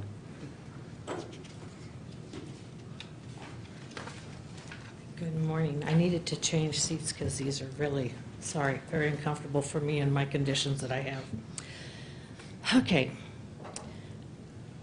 My grandmother said to us as our family many, many, many years ago, she's now since gone, I was 14 when she passed, but she said, never forget where you come from, and remember one thing, we are all cut from the same cloth. And she was speaking in regards to her family that very courageously made the 2,000-mile trek to cross the border at the frontera, and her children that were born here, and her grandchildren and great-grandchildren after that. So that was always instilled in me to always remember where we initially came from and how we should take care of others, others in need, others who don't have the ability to speak for themselves. And that's kind of been, I think you guys know, that's been my stasis for a long time. What I would like to say is that I really commend Jorge. And finding Jorge was amazing because our families go back, way back. His father and my father were great friends. One thing we need to make sure we do is to get the message out to the community. I cannot go anywhere where there are Latinos, Mexicanos, that I don't hear a radio going. I know that we can get active PSAs out through our Spanish radio stations, Tricolor, La Traviesa, Lazar. They're probably a part of the Intravision system, and I'd be happy to share that connection that I have with them. And of course, you know that we also have Nelson Gomez with La Favorita. We have the access to the marquee on Crow's Landing, and also PSAs through Univision, Telemundo, and Estrella TV. I know there's some people who do know people there. I work closely with Estrella TV. And these are things that we need to do because the general way of getting the message out is not always going to be helpful, and it's not always going to work. And we also need to look to partner with our larger school communities, Stanislaus County Office of Education, Modesto City Schools, and all other large school districts. But I was watching a show last week called Matter of Fact. There was a gentleman there, a dairyman, from Wisconsin who had 12 employees. All of them were Latinos. And he was asked, "You have all these workers here?" He said, "Yes." He goes, "I haven't had an American Caucasian worker apply to work on my dairy for over 10 years. If I did not have these workers, I would not be in business. I would be gone, my dairy, everything that my family, my generational family had worked for." And when he was asked, "Did they provide you papers?" And he said, "Yes." And then they asked him another question, "Were these papers legitimate?" And he thought a moment, and he said, "You know, I do what I need to do to get the paperwork to provide the powers that be that information." He said, "If you're going to ask me if I believe that they're true," he says, "probably not." He says, "But I don't care." He says, "Without those workers at my dairy, I would not exist." And that is the premise for the majority part of our community. Without these workers, many businesses would not be open. They would not be providing services. I cannot even begin to tell you how many people in my little community off of South 9th Street, off of Bystrom, how many people I see, workers I see, who are walking back and forth to the little store, spending way more money than what they need to spend to provide food. I know one worker in particular and his wife, he's not working because of the rains. And I know he's not documented. And I'm looking at how can we help you? And what Jorge says, 1 and 2 are not going to be qualified. And that's the problem. Those are the people who are in need the most and the most vulnerable of our communities. Him and his wife are living in a little old trailer, paying $750 a month. And it's in the back alley of somebody's house. And those are the things that we need to remember, that we must use our humanity, use what we can to help our community. Because without us, they won't be here, and without them, we won't eat, and we will not have everything that we need. And we need to thank God every day for those workers and bless them that they don't get hurt and that they have the provisions that they need to do their jobs so that we can live comfortably. Thank you. Thank you for your comments, Rebecca. All right. Mr. Mataka, followed by Mr. Donoso.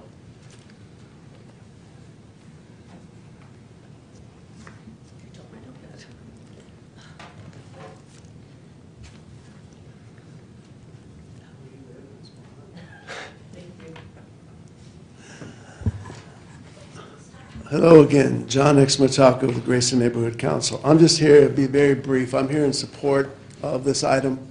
Undocumented went into a huge gap. Whether you're documented or undocumented, the backbone of the ag industries in this valley. And so this is a much needed item, and I pray that, with the community's help and with CBOC's direction, that this is successful, so in the future that we can show that it's successful and come back to this board with future items just like this. Thank you for your time. Thank you, John. I will open, Mr. Donoso, and then we're going to open it up to any other comments from the public. Thank you, Mr. Chairman. Thank you, Senora Harrison. Beautiful spoken, very clear to the point. Mr. Chairman only say 2 years, this contract. And I think it's supposed to be 10 to 20 or maybe 100 years. We need that million every year, not only for 2 years. Every year, without the service of CBOC and the farm workers, like Vito, Chesa, you know the importance of the farm workers. You have a farm workers. And many people have some kind of connection with the farm workers in this valley. And yet, we still only for 2 years $1 million. That means $500,000 for 2 years. I don't think so. It's supposed to be every year over $1 million. Because without the farm workers in these valleys, no jobs, no industry. So, and the second issue to me is the dairy. I think we need, from your chairmanship and the rest of the members, especially Mr. Vito, in regard to the dairy issue. That's a big issue. And we are not, even the Environment Agency, questioning. Tell me the names of the dairies. I say no, because if I told you you got the inspector to go over there, these farmers are going to be fired because of the complaint. So I think we need to do something else. And thank you very much for the support of this program and the CBOC, and continue with the advice to have an advisory board. And tell me where you have the burritos and carne asada, sir. You never mentioned the location. I want to go there, sir. You got to earn it. Okay, I see. Thank you, sir. You gotta earn it. Thank you. Well, it is getting close to lunchtime. I know we're all getting hungry. So, any other further comments from the public regarding this item? Hi, Aaron, please. Here again, Aaron Anguiano from the Latino Community Roundtable. And I'm happy to hear this, that we're going to do this, and then I think we're going to serve undocumented aliens too, right? Correct? Okay, and many people might object to things like that, like, oh, how are we going to help illegal aliens and this and that, and then I said, don't they pay taxes? Oh, no, they don't. Well, where do you hear that from people? But really, you know, as we hear, there's two things you can't escape in America: debt and taxes. I used to rent two houses, and where do you think I paid the taxes for those properties that I rented to tenants? From the rent. I didn't pay it out of my pocket. They had to pay for it, plus make me some money. So everybody pays taxes, so it's time we help them. Thank you. Thank you. Thank you. Anyone else wish to comment regarding this item? Okay, seeing none, I will bring it back to the board. Again, I do want to mention that, oh, I'm sorry, please come up.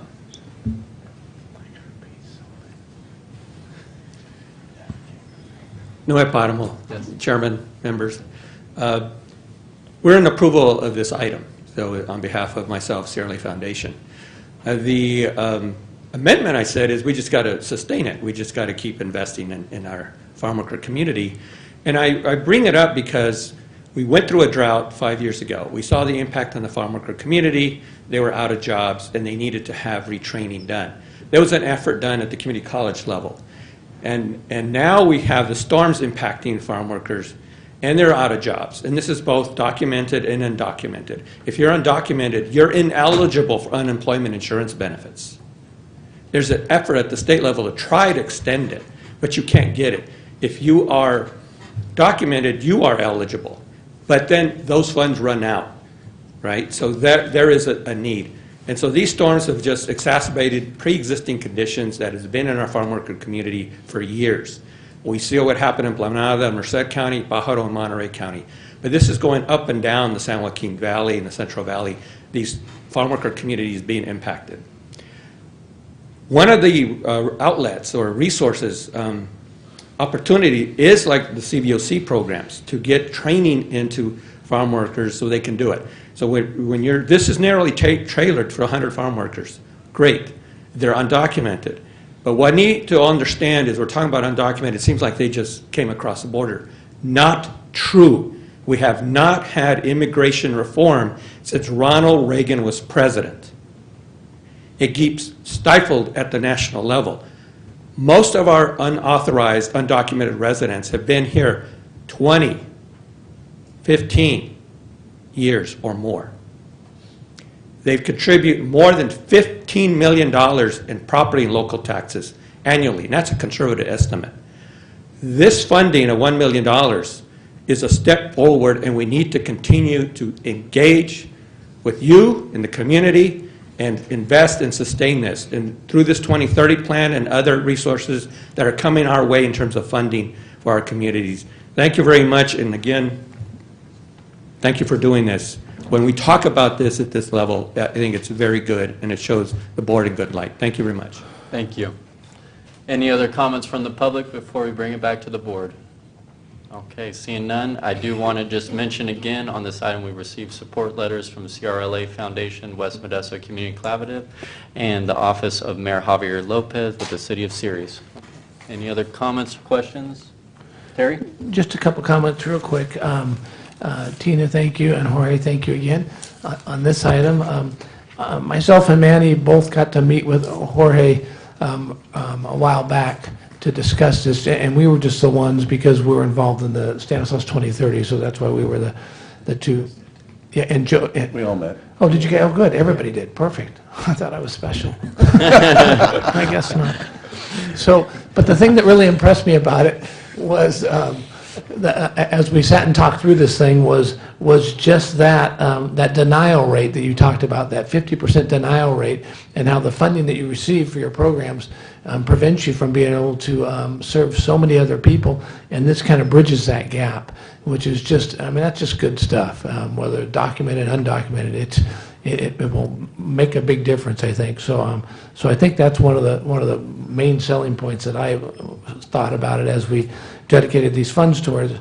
So $1 million here, $200,000 in the previous item that we then leveraged. We were able to get an additional $800,000. I'm looking at $2 million here, basically, that we're doing today to get towards our farm workers, and I just think it's very good stuff.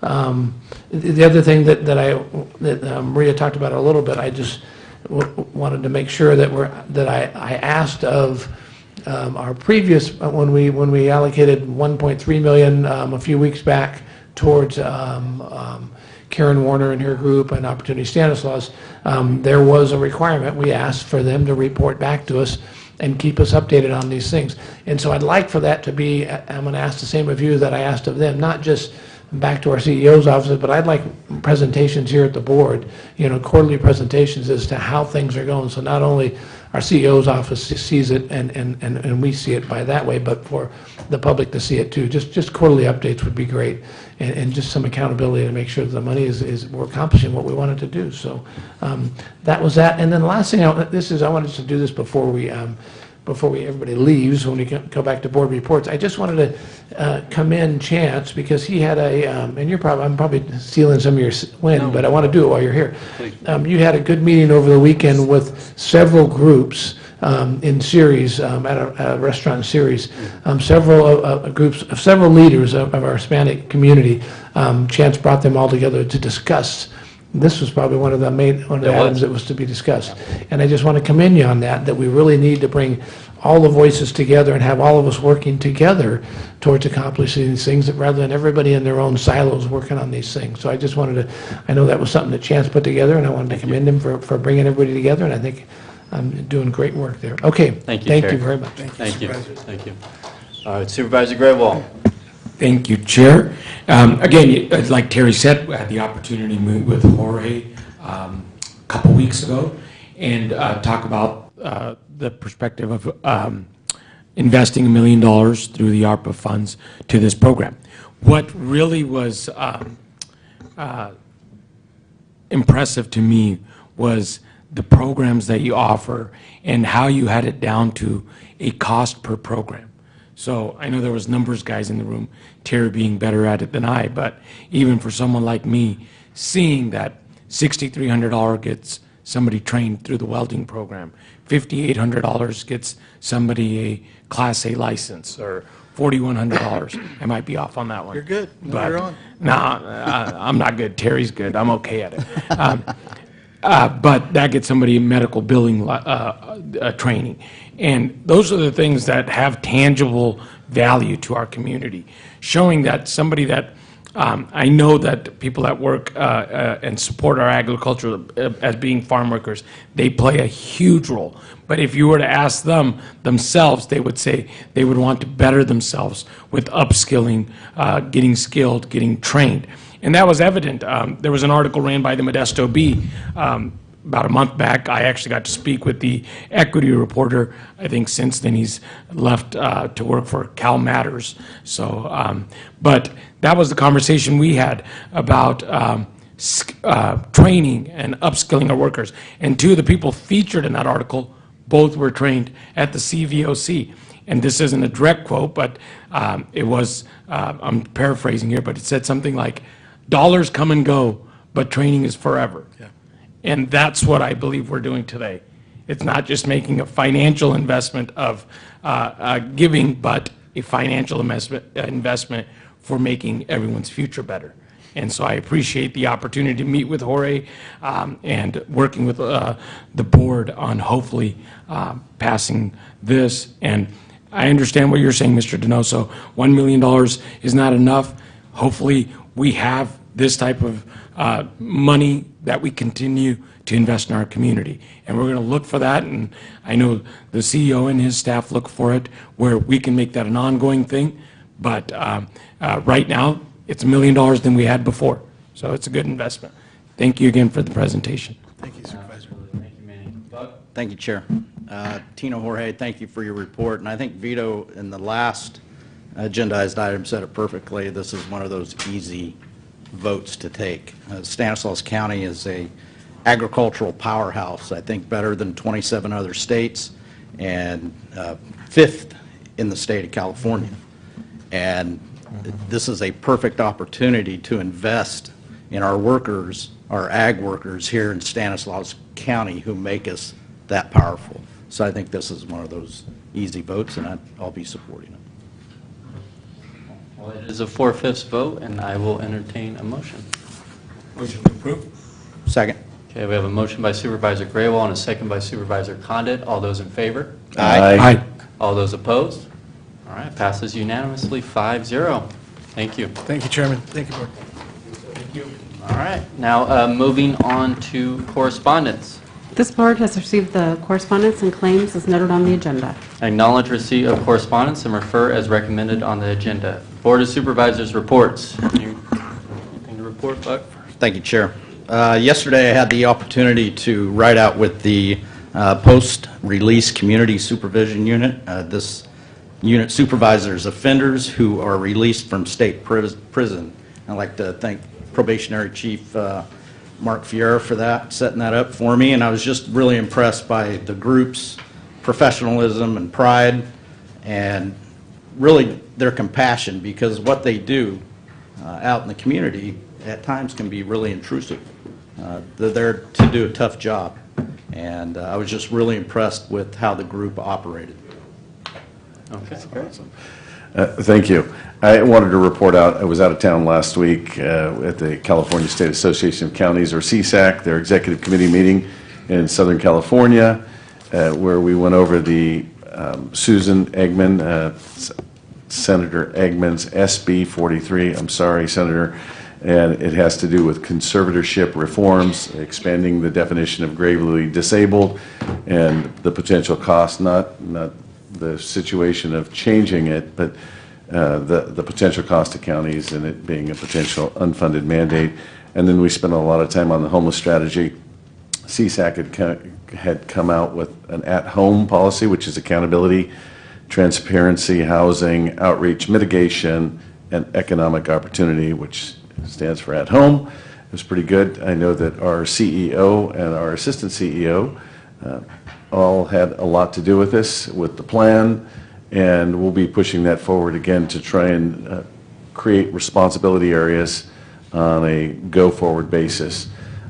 Something else, yesterday I went out with the Community Service Agency's Special Investigative Unit, and it's been a while since I've done that. This is, I believe, the third time, but this is what I consider the integrity unit for people who are receiving CalFresh or cash aid, and typically their cases are red flagged for some reason or another, and I would agree with exactly what you said about probation. I wrote out with Jamie Salmon and Jessica Valencia. They have a ton of compassion, and on the flip side, when someone's doing something wrong, they do the same thing as probation. They hold people accountable. It was a great insight visiting people's houses, and again, there's so much need in the community. We have to make sure the integrity of the program is there to keep people honest, and so the money gets to people that we really need. And I want to thank Ms. Huber for allowing me to go out, and I want to thank the CSA SIU unit. And then tomorrow I will be traveling to Sacramento for the Regional Policy Council, along with Councilwoman Rosa Escudia-Braden. Regional Policy Council is made up of the 8 Valley counties, 2 members from each county. It's Rosa and myself. And we'll be lobbying the whole Valley delegation from Kern all the way to San Joaquin County on transportation-related issues. And again, they're transit, air quality, rail, Highway 99 build-out, movement of goods and services. So I'll report out next week if something good comes of that, if they throw a bunch of money our way. Awesome. Okay. And as Supervisor Withrow acknowledged, over the weekend we did have our first annual Latino Leadership Summit. I know Mr. DeNavo was there, as well as Mr. Aguiano, among others who were here as speakers today. And it was in the spirit of a collaborative effort in getting all of our local leadership organizations in the Latino community together in one room so that we can partner with one another and have dialogue and conversation, and we hope to make this a continual thing. And outside of that, I am having a ride-along with the Newman Police Department tomorrow evening, so I am looking forward to that. I do want to open it up to our legislative partners. If you gentlemen have anything to report, we would welcome that.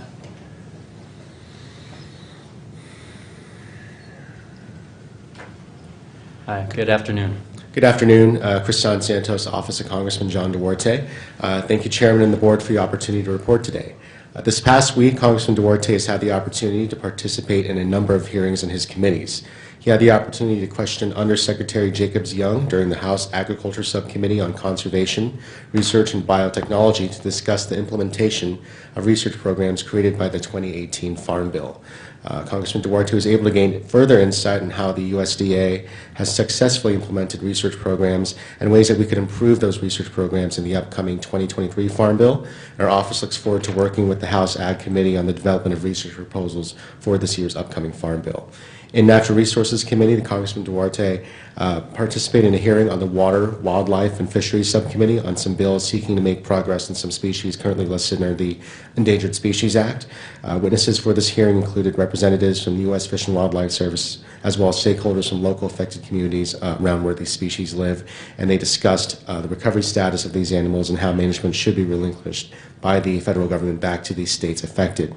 The Congressman joined his colleagues on the House Transportation and Infrastructure Committee in a letter to Administrator Hutchinson of the Federal Motor Carrier Safety Administration to seek clarification on their slow implementation of the apprenticeship pilot program.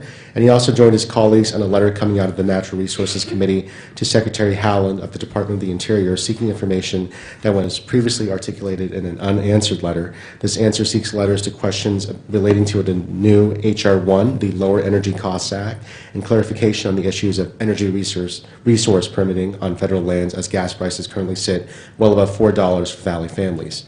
Here in the district, Congressman Duarte had the opportunity to meet with CEO Adam Barth of the Stanislaus Regional Transit Authority to discuss new routes and services, including their Lifeline $15 Medivan service for local patients to get to Bay Area hospitals.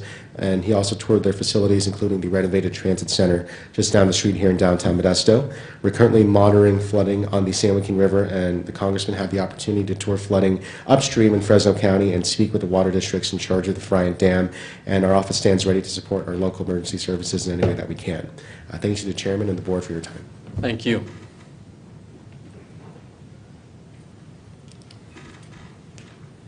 Good afternoon, Supervisors. My name is Justin Farkas, here on behalf of State Assemblyman Juan Alanis. Just wanted to come and give some legislative updates here and some of the things that we've been involved in here in the district as of recent.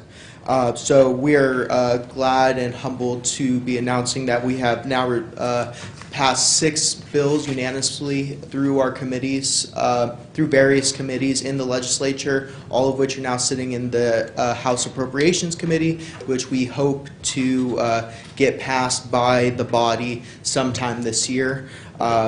Those bills touch on a wide range of issues, from supporting Gold Star families and providing them lifetime hunting and fishing licenses, all the way to protecting victims of child abduction and keeping their information private, and a myriad of other issues. We're very excited to be a part of Turlock Government Night at the Carnegie Arts Center, being hosted by Mr. Chiesa, where that's something we're really looking forward to, and being held accountable by our community and really being able to answer a lot of the questions they might have on how the legislative process works and how it doesn't sometimes up in Sacramento. And we're also really excited to be spending some time with Mr. Condit here this afternoon, talking about Diablo Grande and some of the less developed areas in our community. We've been working really hard to get in touch with our west side communities like Newman, Patterson, and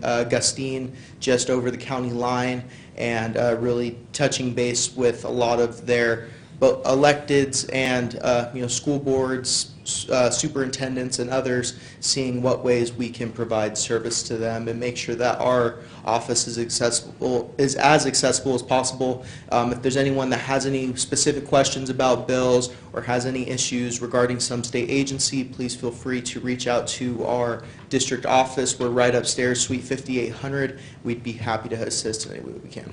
All right. Thank you very much. Yes, Vito. Mr. Chairman, I just want to, and it's more about all the elected officials. I was at the Veterans Advisory Commission last night. Great representation from our local elected officials. You've got Chief of Staff, who's a veteran, Josh Whitfield. You've got 2 congressmen who are in a great position now because of the district makeup, and Senator Alvarado Gil, who really can make a difference at this point. And anyways, I was so impressed with the turnout from the elected officials. Charlie Gokin, the mayor, is a former, I think he's an 8-year Navy veteran.